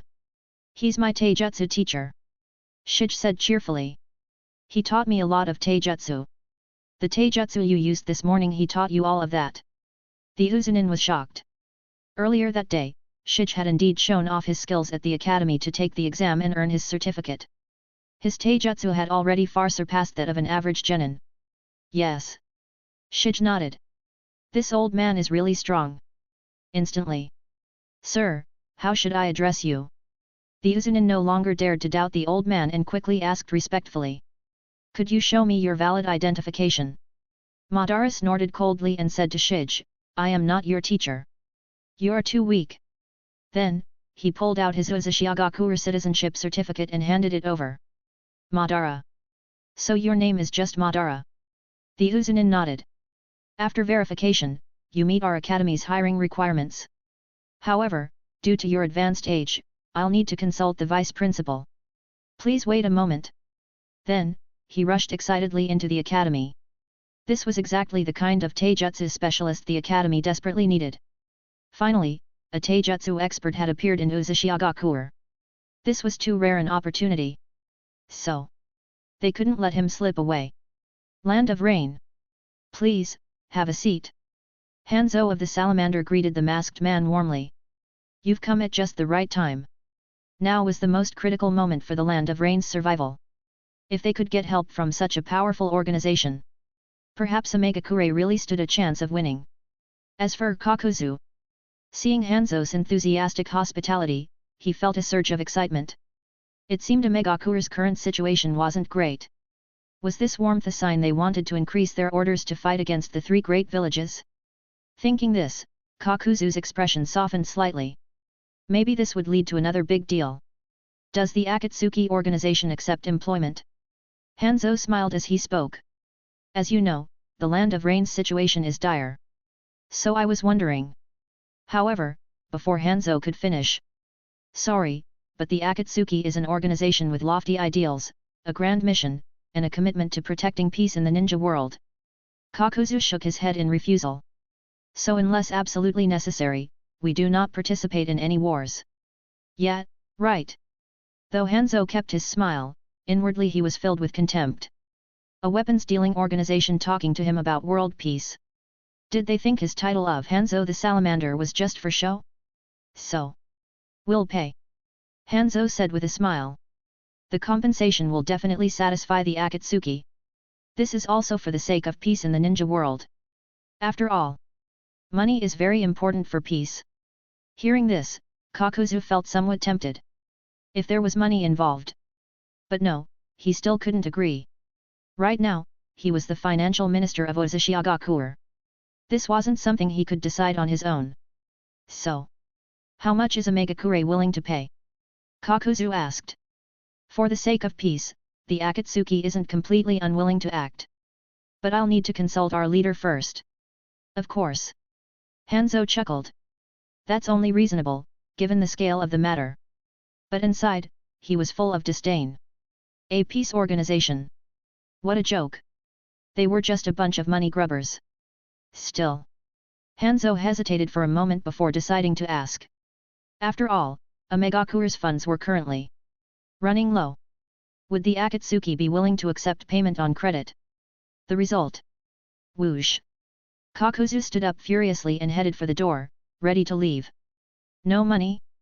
No money and you're still trying to negotiate? No one gets to take money from Kakuzu's pocket. Konoha. Omegakure. Hiruzen Sarutobi sighed as he looked at the map on his desk. Konoha had no choice either. He hoped Orochimaru could redeem himself this time. Otherwise, without any notable achievements, how could he inherit the position of Hokage? Moreover, the incident involving the Senju and Uchiha clans had made the other villages in the alliance back down. So the warning had worked, even if the mountain itself had crumbled in the process. And the smaller villages outside had started retreating. It seemed Konoha's dire situation had finally been resolved. They no longer had to worry about the three great villages in front and the anti-Konoha alliance behind them. All their forces were now freed up. Sacrificing Omegakure to bring peace to the ninja world. It's worth it. Hiruzen smiled faintly and murmured. This is all for the sake of the world. But I wonder how Nawaki is doing. Had he successfully awakened would release yet? If they could have another god of shinobi, that would be perfect. Chapter 214, Chapter 214, Zetsu is a good comrade. Land of Whirlpools. Uzumaki Jun frowned as he read the short message sent by Kakuzu via messenger hawk. In a shinobi world where dogs and hawks were used as messengers, Whirlpool country did have messenger hawks. As for messenger dogs, currently, only Konoha's Inyazuka clan sold them, but the ones available to outsiders were neutered versions, capable only of simple tasks like delivering messages or finding objects. As for the special ninken, Konoha had rules against selling them freely. Mercenaries. Uzumaki Jun set down the message and muttered, but if they want to buy on credit, that would be troublesome. What if Omegakure didn't pay back the money? After all, after the Second Shinobi World War, Hanzo would grow old, lose his willpower, and weaken, becoming a man who betrayed his promises. If Hanzo simply refused to repay the debt, what could be done? So, Uzumaki Jun didn't dare agree to this deal lightly. Moreover, war didn't align with the ideals of the Akatsuki organization. After all, Akatsuki was a peace-seeking organization. If they became mercenaries, The 5 great shinobi villages would immediately take action, as no one wanted to see a free mercenary group with the Rinnegan and a pseudo-god of shinobi who could fight on equal terms with Hashirama. Thus, maintaining neutrality was Akatsuki's lifeline. But the Land of Rain was a major steel-producing country. Just look at its future sewer system. Everything was built with a steampunk-style metal framework. If Whirlpool country could collaborate with the Land of Rain on development, steel shortages would no longer be an issue. However, the Land of Rain was simply too poor. Without enough mining workers, production would remain low. Plus, with the 3 surrounding major villages watching closely, if things weren't handled properly, Whirlpool country might end up as the Land of Rain's unfortunate sibling. But what should I do? Uzumaki Jun sighed. He was very tempted by such a massive steel-producing base. Especially as Whirlpool country gradually modernized, the demand for steel would skyrocket. Skyscrapers, transportation, experimental equipment, sewer systems, all of these required vast amounts of steel. Not to mention the externally sold infinite gauntlets, which also needed steel. Thus, having a stable steel supply base was absolutely essential for Whirlpool country. Uzumaki Jun rubbed his temples, his mind filled with conflict. An organization's core beliefs couldn't be casually altered. If Akatsuki claimed to be an organization dedicated to peace, then it could only be that. If its principles were changed just for a bit of profit, how could strong recruits be attracted in the future? So, Akatsuki absolutely could not take action directly. It seems I need a third party to step in. Uzumaki Jun sighed deeply and pulled out a spore stored in his system. When external matters were unresolved, he would turn to Zetsu. Zetsu was a good comrade. He would surely arrange everything properly. Konoha. With the Uchiha clan's annihilation, no clan was willing to take over the military police force. Though the title of Konoha's protectors sounded impressive, everyone in the village knew it was a trap. Whoever took it might become the next Uchiha clan. Thus, during this period, order in Konoha was somewhat chaotic. Shops set up stalls haphazardly, villagers occupied pedestrian streets with unauthorized stalls. This not only ruined the village's appearance but also created safety hazards. So, recently, the ANBU have received many complaints from villagers, Sarutobi Hiruzen said, taking a puff of his pipe. It seems the military police force must be resolved quickly. Otherwise, enemy spies might sneak in unnoticed. Especially during wartime. Vigilance was always necessary.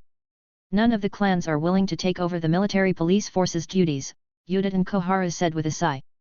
After all, the Uchiha clan's fate was too tragic. Tch. Sarutobi Hiruzen rubbed his forehead in frustration. What should we do? Leaving the military police force empty wasn't a solution. The village's image was still very important.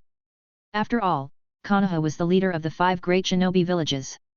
If the village wasn't clean and orderly, wouldn't that embarrass him, the Hokage? Perhaps the Sarutobi clan could temporarily take over the military police force. Yudatan Kohara suggested after some thought. This might be the best solution for now. With the Senju and Uchiha clans gone, only the Hyuga, Sarutobi, and Shimura clans had the prestige and strength to deter other clans from causing trouble. Back then, the Uchiha clan had relied on their status as a prestigious clan and their stern demeanor to keep other clans in line. Thus, the military police force's leadership had to come from a clan with sufficient prestige and strength, ensuring it wouldn't become a tool for oppression. But since the Uchiha clan had fallen because of the military police force, no other major clan would dare take the risk except the Hokage's Sarutobi clan. The Sarutobi clan. Sarutobi Hiruzen frowned, deep in thought. Finally, he sighed and shook his head. The Sarutobi clan isn't suitable. During the Uchiha incident, I realized a flaw in the village's system. Sarutobi Hiruzen stood up, placing his pipe behind his back as he spoke solemnly. Konoha doesn't belong to just 1 or 2 clans. It is the village of everyone. Having a single clan control the military police force would only create conflict between that clan and the village. Just like the Uchiha clan. Why had the second Hokage assigned them to the military police force? Though the position held great authority and status, it kept them away from Konoha's core. Plus, the military police force's duties were all about enforcing unpopular rules. This eventually led to the entire village resenting the Uchiha clan. But only this way could the Uchiha clan lose the people's support, ensuring No one would back them for Hokage. So, the military police force can no longer be controlled by a single clan, Sarutobi Hiruzen said, taking a slow puff. All clans must share the responsibility to reduce village tensions. Damn it! Wanting the Sarutobi clan to take over the military police force? Wouldn't that ruin his legacy? You make a valid point, Udaten Koharu said after some thought, nodding. In that case, I'll arrange it. December, year 32 of the Konoha calendar. To prevent another tragedy like the Uchiha clans, Konoha amended its military police force policies, abolishing the single clan control system and replacing it with a shared responsibility model among all clans. This reform not only eased tensions between the military police force and the village but also prevented any one clan from monopolizing power. It was praised by all clans in Konoha. That same month. Land of Whirlpools. Grandpa Madara, Uchiha Mikoto said, holding a cup of hot tea as she looked at Uchiha Madara lounging on a rocking chair in the sun. Today is the first graduation ceremony for Whirlpool Country's Academy students. Aren't you going? Comment. 1 comment. Vote. Chapter 215, Chapter 215, Graduation Ceremony in the Land of Whirlpools. December in the ninja world was quite cold. However, in the Land of Whirlpools, due to the ample supply and affordable prices of charcoal and cotton cloth, most residents could still feel a bit of warmth during the chilly winter. Tobi-sensei, move forward a little more, please. Konan, along with Nagato and Yahiko, stood on their tiptoes, trying to see ahead, and complained, really, Tobi-sensei, what kind of spot did you pick? We can't see anything at all. I didn't pick it, Tobi scratched the back of his head helplessly. This was assigned by the higher UPS. Our class's spot is here, and besides, I can see just fine. Ugh. Hearing Tobi's words, the frog trio sighed and shook their heads. Tobi-sensei, this won't do. Don't you realize we're still kids? Seriously. Konan pouted unhappily at Tobi. We really can't see. No choice. Tobi spread his hands helplessly. The supervisor said we can't move around freely, and you're just too short. The frog trio stared at Tobi expressionlessly. Tobi-sensei. Konan stood on her tiptoes and patted Tobi's shoulder, sighing in an old-fashioned tone. Tobi-sensei, you'll never find a girlfriend like this. He couldn't do anything, wasn't good at anything. Bad at drawing, not sweet with words, and aside from playing around, he had no other talents. Just who hired him for the daycare? Was it through connections or something? Girlfriend. Tobi scratched his head. What would he need that for? He just needed to stay by Madara-sama's side. Then, craning his neck to look below, he wondered inwardly. Madara-sama is supposed to be a taijutsu professor at the affiliated academy, right? Tobi muttered to himself. Why don't I see him? He had heard that because graduation was approaching, Madara-sama hadn't officially started teaching yet and was currently familiarizing himself with the curriculum. He would officially take over the new students next year. And apparently, the academy had even assigned Madara-sama a free faculty dorm. So Madara-sama hadn't been home these past few days. He really missed Madara-sama. Sigh. Konan sighed helplessly. With a teacher like this, they had no choice but to rely on themselves. She blinked at Yahiko and Nagato, as if asking, should we sneak off? Nagato, however, slumped lazily in his seat. He just wanted to sit quietly. Why bother running around? Wasn't it fine right here? As for Yahiko, he shook his head and whispered, that's not good. What if we get caught? But Konan put her hands on her hips and narrowed her eyes, giving them a look that said, no candy if you don't obey. So. Fine. Nagato and Yahiko reluctantly nodded. Graduation, hey.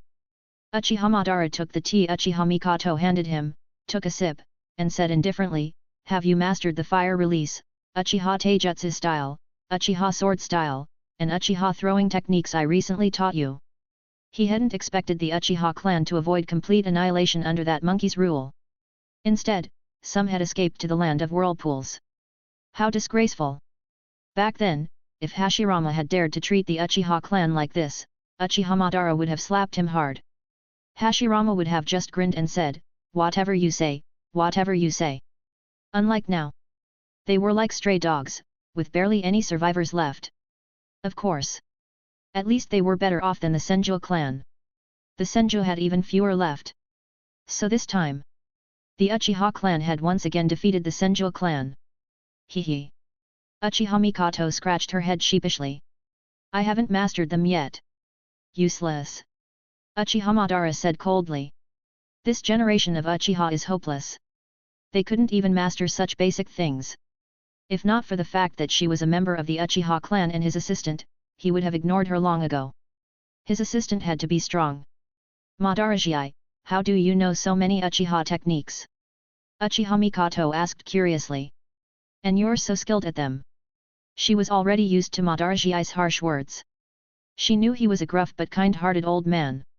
However, Uchiha Madara glanced at Uchiha Mikoto indifferently and said nothing. He picked up his cane and stood. Let's go see how that useless Shige is doing. Okay. Hearing that Uchiha Madara was going to attend the graduation ceremony, Uchiha Mikoto quickly packed her things. Madara-ji, do you need a wheelchair? I can push you there. It's quite a distance. But... Humph. Madara-sama snorted coldly and said flatly, this old man isn't so frail that he can't walk. The first graduation ceremony was very important for the land of whirlpools. It symbolized that the new generation of the land of whirlpools had officially grown up. Of course, certain cheaters didn't count. So early in the morning, not only did the Uzumaki clan leader, who was also the vice principal, attend, but most of the Uzumaki clan's higher UPS were present. As for the other clans, they participated only as parents. After the clan leader's speech about the land of whirlpools past, present, and future, the graduation ceremony officially began. Uzumaki Jun didn't simply copy the Ninja World's graduation exams. The Land of Whirlpool's Ninja Academy graduation test wasn't just about the basic 3 jutsu but also included ideological education, basic mathematics, physics, and other miscellaneous subjects. The students of the Land of Whirlpools emphasized well-rounded development in morality, intelligence, and physique. From a young age, they were taught to establish correct worldviews, values, and outlooks on life, molding every student into useful talents for the nation, not failures who would slaughter their clans or kill their teachers. Otherwise, no matter how smart they were, they wouldn't contribute to the country and might even endanger society. Thus, ideological education was extremely important in the Land of Whirlpools. However, the Uchiha clan's mindset was too extreme. Uzumaki Jun rubbed his temples helplessly. Recently, the ideology teachers had been complaining that most Uchiha, whether adults or children, had very dangerous mindsets. If left unchecked, they would spiral into unhealthy fixations. It was frustrating for the teachers. But Uzumaki Jun didn't know what to do either. In the ninja world, children as young as 5 or 6 already had independent thinking, and some had even started killing. So, for this batch of kids who hadn't grown up with the Land of Whirlpool's ideology, the only option was to slowly correct their mindsets. Right now, the most important issue was Uchiha Fugaku. Uzumaki Jun glanced at Uchiha Fugaku, who was sitting among the Uchiha parents. According to Muroto Jamen's reports, though Uchiha Fugaku had been going to work lately, his overall demeanor seemed increasingly gloomy. So, Uzumaki Jun suspected that he had depression. This wasn't a minor issue. If ignored, it could cost him his life. But for now, the only option is to try teaching him with love and bonds, Uzumaki Jun sighed helplessly. At that moment, after the clan leader's speech, it was his turn as the academy principal to present diplomas and awards to the outstanding graduates. After all, he was still the principal of this academy. Comment. 3. Comment. Vote. Chapter 216, Chapter 216, The Uzumaki Shinobi People's Republic. Nikazawa. Moromaki Jun. Uzumaki Jun, following the list provided by the Uzumaki clan leader, slowly read out the names of today's outstanding graduates. But when he reached this name, it sounded very familiar. Wasn't this the son of the Uzumaki country police chief? If Uzumaki Jun remembered correctly, wasn't this kid quite mischievous? How did he become an outstanding graduate? He glanced at the parents' seating area of the Shinoite clan. Moromaki Jamin was happily pulling on Kamizuru's sleeve, laughing loudly, haha, see that? That's my son. See that? Kamizuru, however, disdainfully brushed off Moromaki Jamin's hand. As a wealthy figure in Uzumaki country, he couldn't be bothered to chat with someone burdened with billions in debt. Especially that smug expression. It annoyed him. Don't worry, maybe your daughter was selected too. Muromachi Jamin didn't mind and cheerfully slung an arm around Kamizura's shoulder again. Oh, right, after this graduation, there won't be any more selections. What a shame. Muromachi Jamin sighed dramatically. I wonder if she can apply to repeat a year. Then your daughter might still have a chance. Humph, let's see you Kamizura folks keep flaunting your wealth in front of me. Kamizura turned his face away, taking a deep breath to calm himself. Today was an important day for Uzumaki country. He had to stay composed and not stoop to arguing with a pauper. Then, narrowing his eyes, he smiled faintly at Muromachi Jamin and said lightly, have you paid off your debts? Damn it! Muromachi Jamin's cheerful expression instantly froze, as if someone had choked him. On such an important day, could they not talk about money? Just as he was about to retort and mock the Kamizura clan's younger generation for their incompetence to salvage some dignity. Kamizura Yabaki. Uzumaki Jun read out another name. Kamizura wore a faint smile and said leisurely, for the Kamizura clan, this is nothing to boast about. It's just the bare minimum. Unlike some people, Kamizura sighed and shook his head, who only have this one thing to show off. Serves you right for flaunting in front of me earlier. Now. His face was red with anger. Work hard, and never forget. Uzumaki Jun smiled and delivered the standard words of encouragement. You will be the pride of Uzumaki country. Serve the people. Muromachi Jun, upon hearing this, straightened his back and accepted the certificate handed to him by Lord Jun, shouting loudly, I will definitely work hard. Uzumaki Jun nodded in satisfaction. It seemed that after all these years, Muromachi Jun had been taught well by his father. That expression, that posture. A true public servant. It seemed he wouldn't resort to killing his entire family on a whim anymore. Then, he moved on to present the next certificate. Uzumaki country had abolished the traditional forehead protector and replaced it with a graduation certificate modeled after the original world, a red booklet with a spiral symbol and the name Uzumaki country first affiliated academy printed on it. Below that was the Uzumaki Shinobi People's Republic. Since they were determined to follow the new path of socialism with Uzumaki characteristics, there was no need to adhere to the customs of the shinobi world. I will work hard, Kamizura Yabaki said excitedly as she accepted the certificate. I will study diligently and become a useful talent for society. Uzumaki Jun smiled and nodded, then watched as Kamizura Yabaki stepped down. Only one name remained. Looking at the list in his hand, his expression shifted slightly in surprise before he smiled and announced, the last one. Shij. How infuriating. Hanzo of the Salamander sighed helplessly. Arms dealers truly had no conscience. He had purchased so many weapons from the Akatsuki, placed so many orders, and this time, he just wanted to buy on credit. Was it necessary to slam the door and leave without even looking back? What ugly faces! After such a long business relationship, they wouldn't even extend him credit. Didn't they trust Hanzo of the Salamander? No matter what, he was a prominent figure in the shinobi world. Would the god of shinobi ever do something as dishonorable as breaking his word or betraying trust?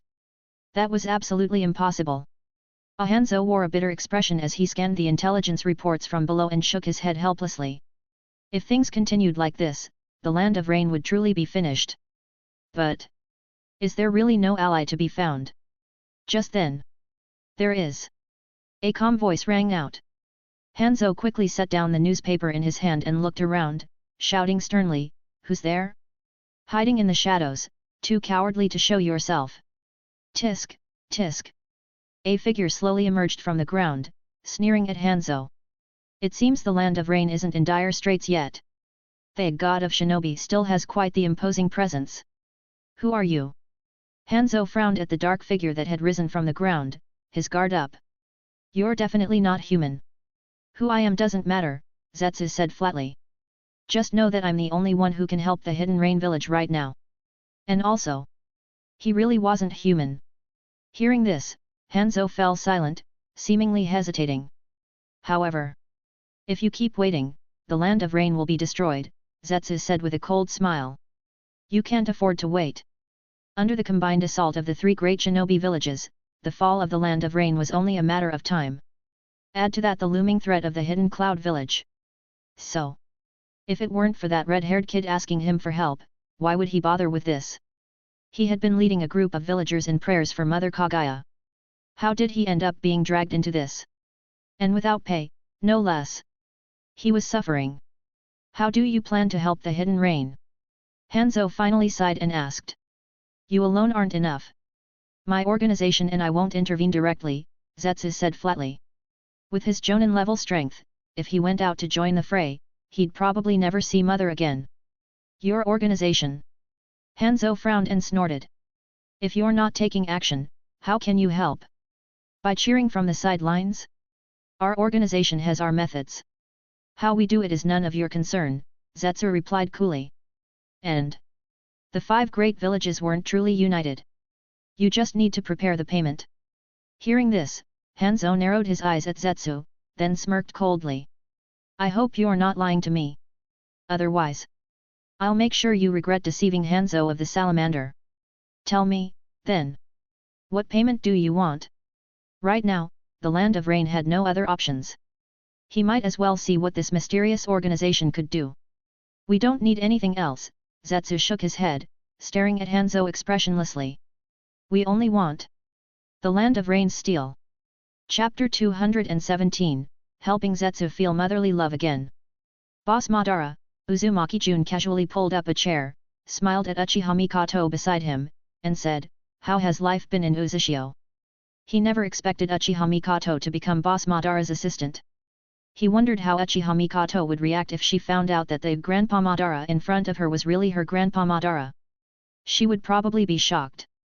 After all, the entire shinobi world believed that Madara Uchiha had died long ago. Uchiha Mikoto looked at Uzumaki Jun, smiled gently, and poured him a cup of tea. Please have some tea. Thank you. Uzumaki Jun took the tea, sipped it, and glanced at Madara, who was still leisurely sunbathing. He had changed. He now seemed more like an old man than the domineering Madara Uchiha of the past. You, leave. Madara Uchiha opened his eyes, looked at Uchiha Mikoto, and said coldly. There are a few brats running around outside. Stop them. Do not let anyone in. Uchiha Mikoto paused, then, after seeing Uzumaki Jun nod, said softly, I'll take my leave. Madara Uchiha snorted as he watched her demeanor. The Uchiha clan grows weaker with each generation. Aside from this temper, nothing else had changed.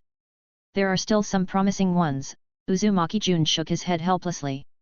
The current Uchiha clan leader has awakened the Manjiki Sharingan. Though Uchiha Fugaku's personality had become even more extreme. Manjiki. Madara's voice lowered at Uzumaki Jun's words, murmuring, he awakened it. As someone who had awakened the Manjiki himself, he knew exactly how difficult it was to achieve.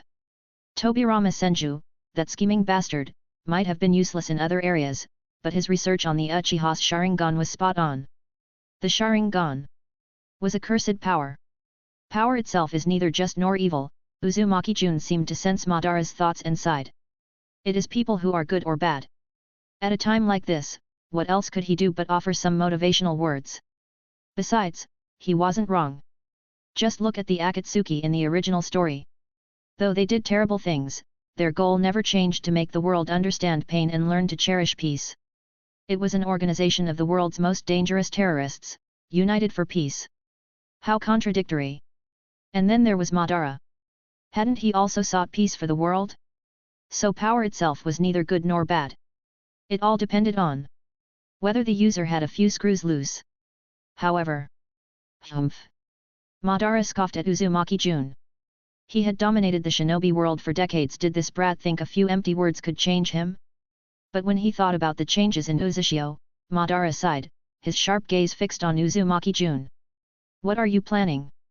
Back then, why had they recruited this brat? To help them gather the tailed beasts, cast the infinite Tsukuyomi, and plunge the world into eternal peace. But now, it was clear this kid had no intention of doing that. For the peace of the shinobi world, Uzumaki Jun declared solemnly. My dream has never changed to bring revolution to the world and achieve true peace. To overthrow the old system and establish a new, socialist order for the shinobi world, only then could true peace be realized. So, The first step was to let Zetsu become the vanguard of revolution, igniting the spark of socialism in the world. Moreover, the training of shinobi had always been profit-driven, focusing on completing missions quickly, killing efficiently, and earning higher rewards. From the very foundation, it was clear that the shinobi system was flawed from the start. Uzashio had abandoned the traditional shinobi system, establishing an open academy system to fundamentally dismantle the old ways. Graduates could then choose careers that suited them, whether in construction or the military. All were valid options. Thus, after graduation, students would participate in mandatory community service, street cleaning, assisting patrol officers in maintaining order, inspecting public facilities, etc. These tasks were unpaid, aimed at reshaping the traditional shinobi mindset and integrating them with civilians from the start, rather than prioritizing profit. This method would gradually erase the class divide between shinobi and ordinary civilians. Yet, Madara sighed deeply. Though I don't know how you plan to do it, the root cause of the world's chaos lies with shinobi. If chakra itself is not eradicated at its source, the world will never know true peace. Back then, Hashirama's ideal of everyone contributing a little love had briefly achieved peace. But, without the god of shinobi to suppress the world, chaos inevitably returned. Though Uzashio now seemed peaceful, with shinobi and civilians coexisting harmoniously, who could guarantee it would last? Thinking of this, Madara's lips curled into a faint smile. I wonder how Hashirama would react if he saw this. Here, even he had children who liked him. Unlike in Konoha, where every civilian despised him. If Hashirama were here, perhaps he would be more popular than Hashirama, because he had become a professor now. This time, he had won. Big sister, what are you doing here? Konan, followed by Yahiko and Nagato, looked curiously at Uchiha Mikoto. What is this place? Hadn't they followed Lord Jun here? Where was Lord Jun? Why had a long-haired girl walked out of the house instead? Should they tell Sister Kushina about this? Konan's face twisted in conflict. She wasn't sure what would happen if she told Sister Kushina. But it definitely wouldn't be good. What are you kids doing here? Uchiha Mikoto smiled at the three. This is the faculty dormitory. Faculty dormitory. Konan blinked. Are you a teacher, big sister? She looked even younger than teacher Toby. Was she another one who got in through connections? No, Uchiha Mikoto shook her head gently. I'm just Professor Madara's assistant. Are you students here? Professor Madara. The three exchanged glances, then shook their heads. No, we're not. We just followed Lord Jun here. So it wasn't what they thought. Good thing they hadn't told Sister Kushina yet. But the three puffed out their chests proudly. We'll be first years next term. Uzumaki Jun stared speechlessly at Madara. He realized Madara's temperament was slowly changing. Though his original plan had been to have Madara teach at the academy. If this continued, what would happen to Zetsu's mother? The filial son of 1,000 years had waited so long for those Rin-Egan. If Madara quit now, Zetsu would lose his mind. But, for now, Uzumaki Jun could only smile at Madara. He absolutely could not let Madara know he was already aware of Zetsu's plans. Otherwise, Madara would lose his mind. So, Boss Madara, take your time resting. Uzumaki Jun stood up, forcing a smile. I won't disturb your sunbathing anymore. He needed to leave quickly.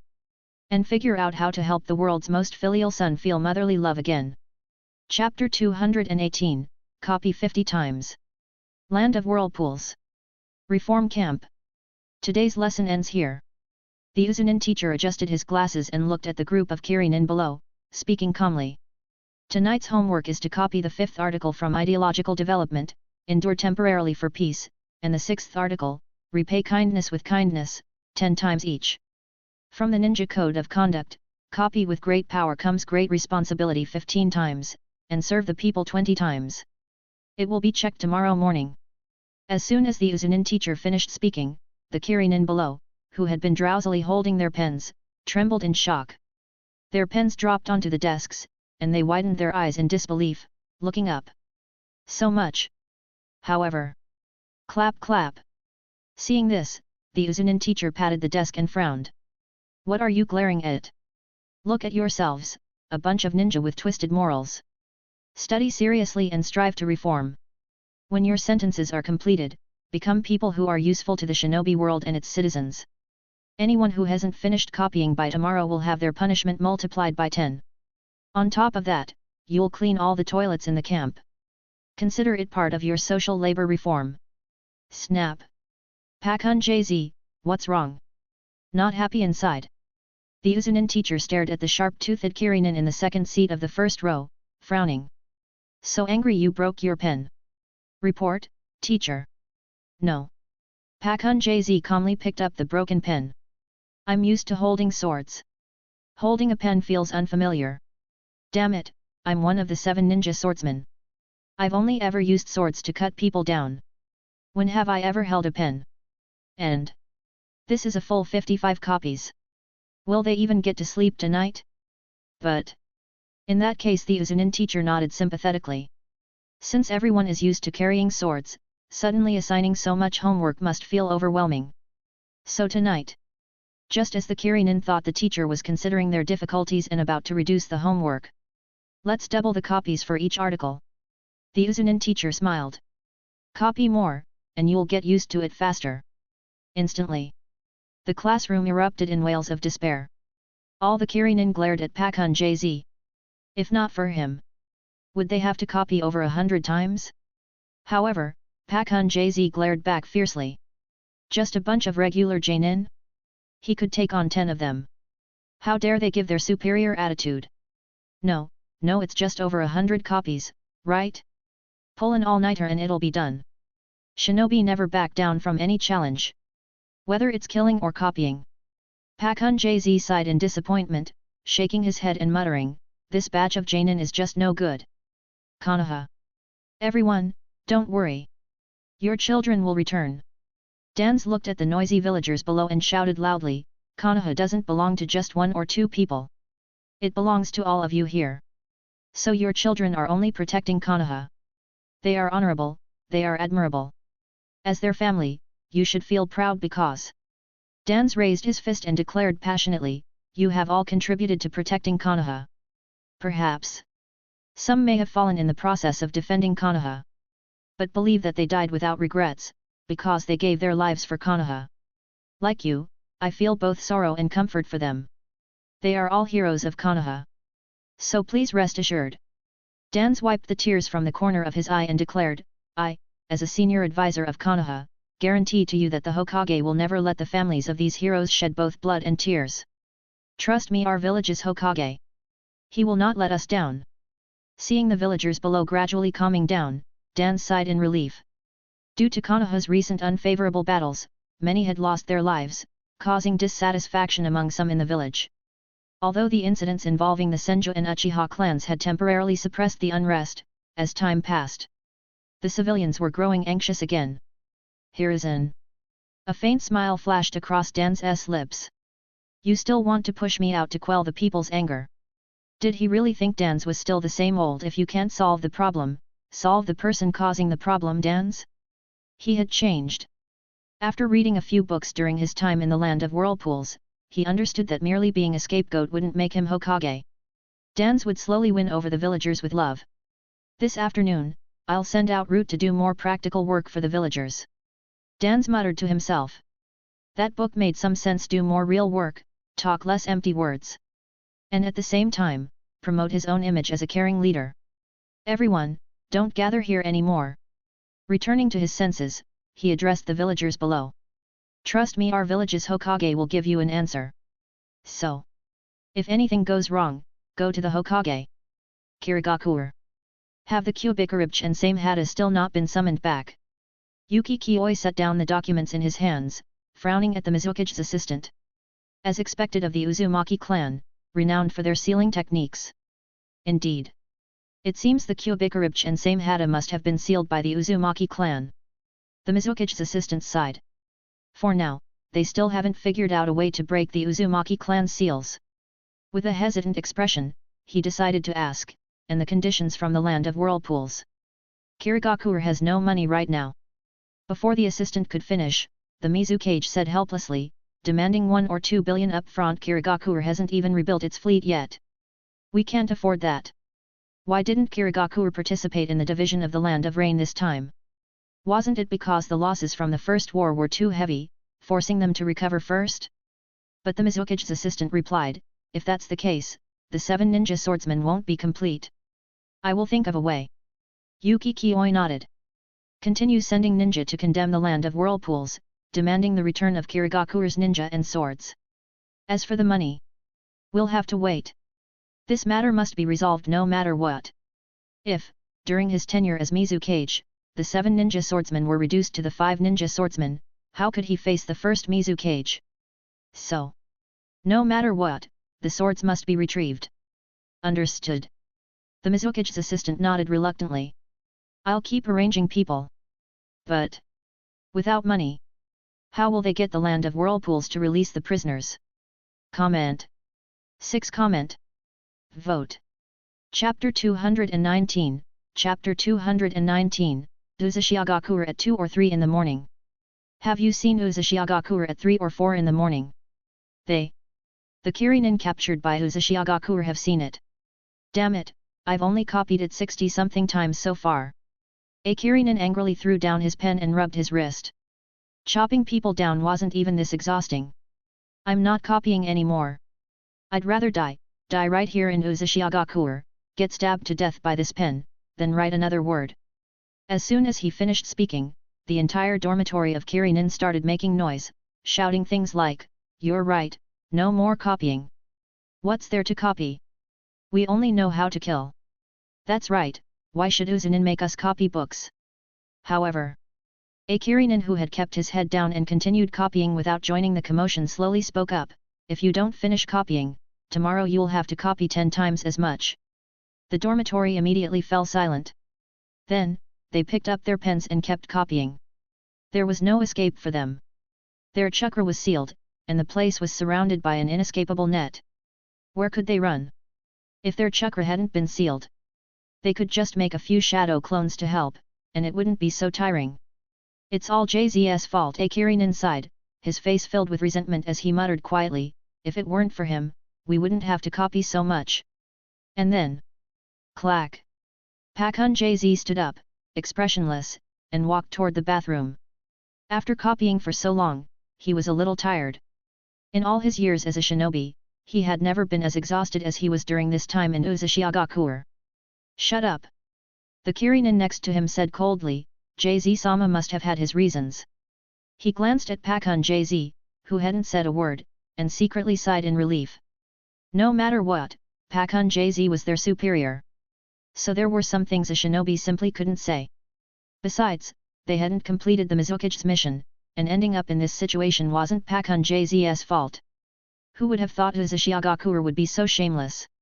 Ganging up on them like that. Trust the Mizukage. They won't abandon us. The Kirinin sighed and said, "In the end, we will definitely get out of here." Kirigakure would never just sit back and let 2 of the 7 ninja swords fall into Uzushiagakure's hands. So, no matter what, there was still hope. Pakun JZ looked at himself in the mirror and muttered, "Staying up late these past few days has given me dark circles. To be honest, life as a prisoner in Uzushiagakure wasn't bad. There was meat in every meal, and the living quarters were much better than the shabby wooden houses in their village. It's just, they had to attend classes every day, and there was homework. For someone who had wielded a sword for over a decade, it was really hard to get used to. And during this time, he had noticed that the men under him were getting restless, even to the point of no longer listening to him, their captain. The morale is gone. Leading the team isn't easy anymore." Pakun JZ sighed inwardly, helpless. He had no idea when the village would come to redeem them. After this mission failed, someone would have to take the blame when they returned to the village, either him or Hoshigaki Fugyuki. Especially since both of them had lost their swords. Would defecting be an option? Pakun JZ smiled mockingly at himself. Uzushiagakure treats defectors pretty well.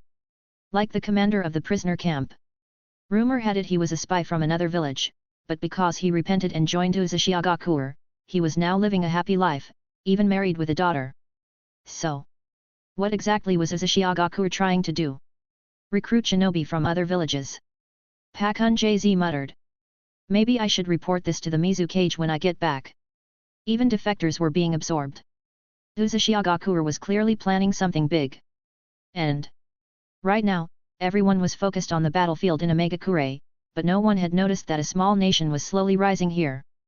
Thinking of this, I'm actually pretty good looking. Pak Hun-jz looked in the mirror, the corners of his lips quirking up in what he thought was a friendly smile, revealing his sharp teeth. So why haven't I found a girlfriend yet? Now even a defector could live a happy life. It really pissed him off. Pak Hun-jz looked at the sky outside the window and muttered, "It's almost dawn. I should go back and finish copying the homework. Otherwise, who knew what problems might arise tomorrow? Omegakure. Our mission is to take this side path and flank them." An IWANIN commander pointed at the map on the table, looking at the IWANIN captains around him with a serious expression. "We'll join forces with the Konohanin to surround Omegakure. Finish this in one battle, and save the countless civilians of Omegakure. And then they could sit down and divide the spoils." Hearing the commander's words, everyone smiled faintly, immersed in the joy of returning to the village after victory to buy houses and marry wives.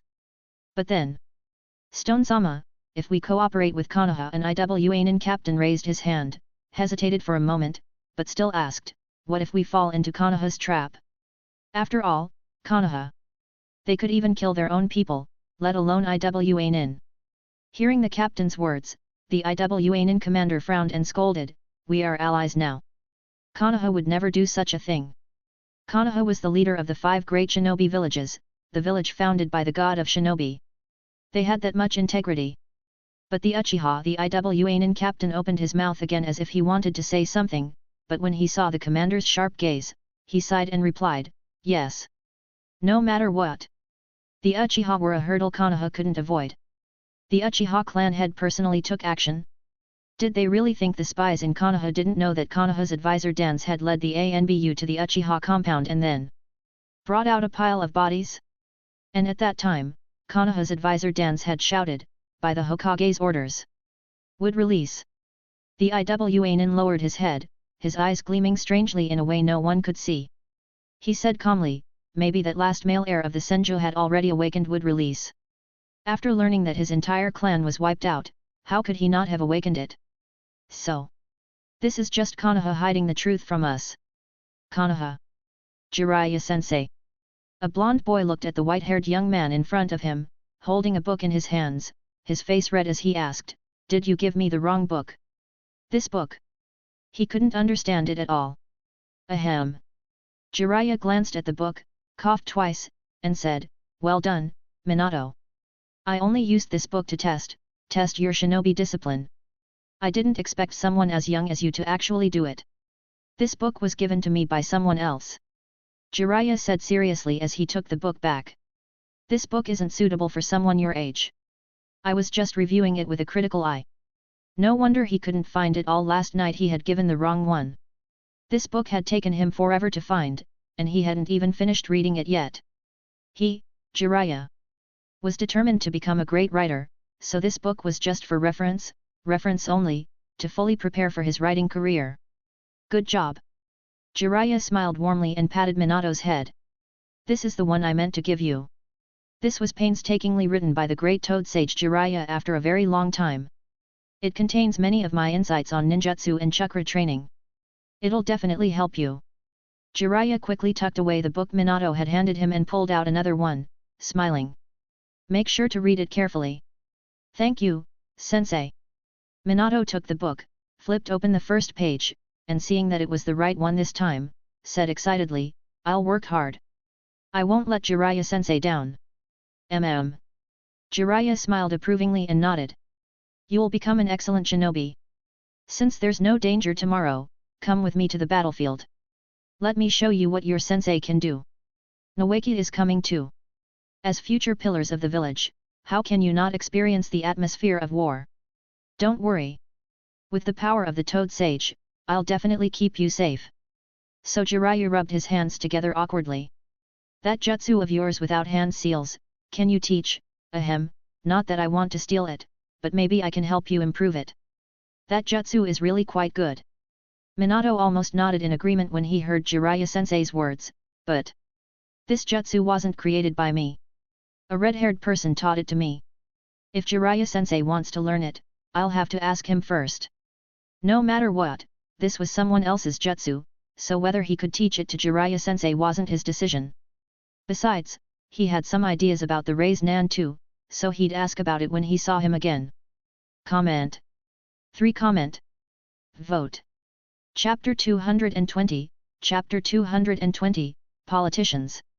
Land of Rain. To stake everything on a single throw. Naoki, you and Minato listen up. Jiraiya said seriously, looking at the two kids in front of him. The battlefield is ever-changing. A single moment of carelessness could cost you your life. So, on the battlefield, apart from trusted comrades, no one else can be trusted. Though it might not be the best time to say such things to these kids, now that they had stepped onto the battlefield, they needed to understand how dangerous mercy could be for a shinobi. Countless shinobi lost their lives every year in the ninja world due to misplaced compassion. So, this had to be made clear.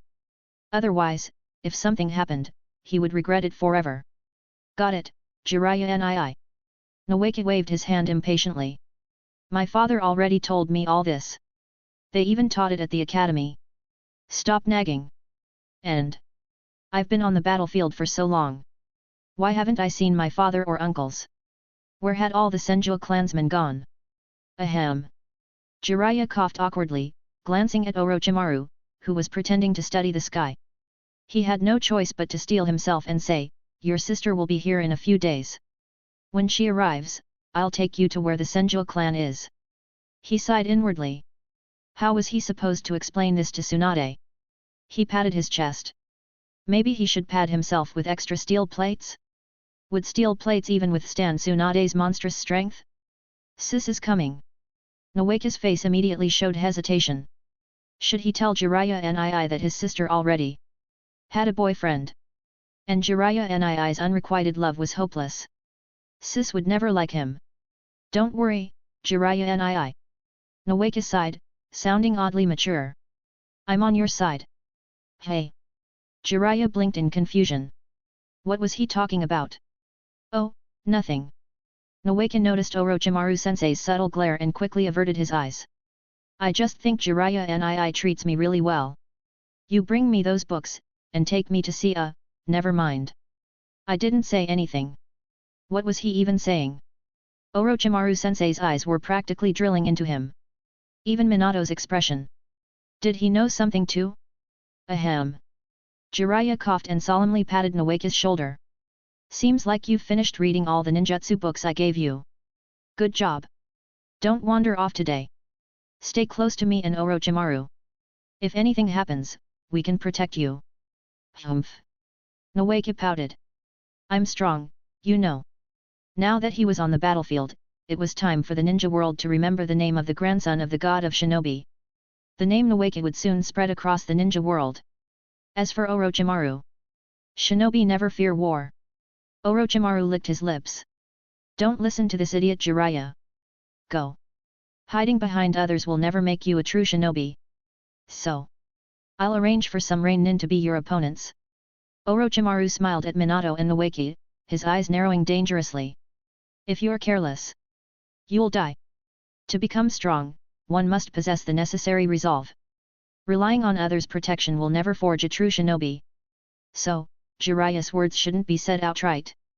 Otherwise, what if they lost their sense of pressure? Pressure was a crucial factor in a shinobi's growth. Even if you wanted to protect them, you shouldn't say it out loud. Just do it secretly from the shadows. Yes. Minato and Naoki shuddered but nodded firmly. We won't be afraid. January, year 33 of Konoha's calendar. In this new year, another shocking event shook the ninja world.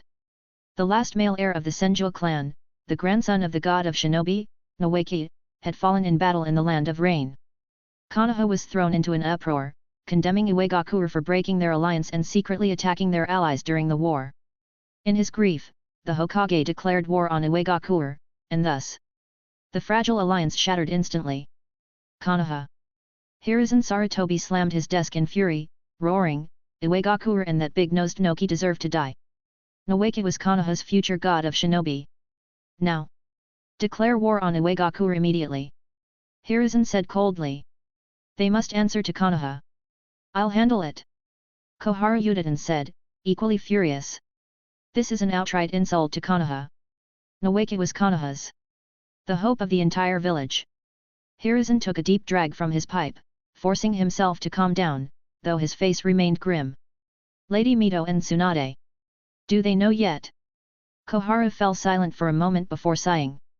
Tsunade will find out soon, if she hasn't already. As for Lady Mito, we haven't told her yet. Hiruzen lowered his pipe, his expression heavy. Lady Mito is already old. If she hears this news, her health might give out. But Nawake is still Lady Mito's grandson. Koharu hesitated. We have no right to hide it from her. Give it a few days. Hiruzen thought for a moment before sighing. I'll tell her myself in a few days. No matter what, the Nine Tails must not be jeopardized. Preparations had to be made. I wonder how that girl is doing these days. Uzumaki Jun set down the Ninja World newspaper in his hands and sighed. Nawake had died too young. Though this was Nawake's fate, if not for his own behind-the-scenes manipulations, Nawake might not have died. But for Uzumaki, the ninja world had to be thrown into chaos. Otherwise, if all eyes turned to Uzumaki, its fate might end up like the Land of Rains.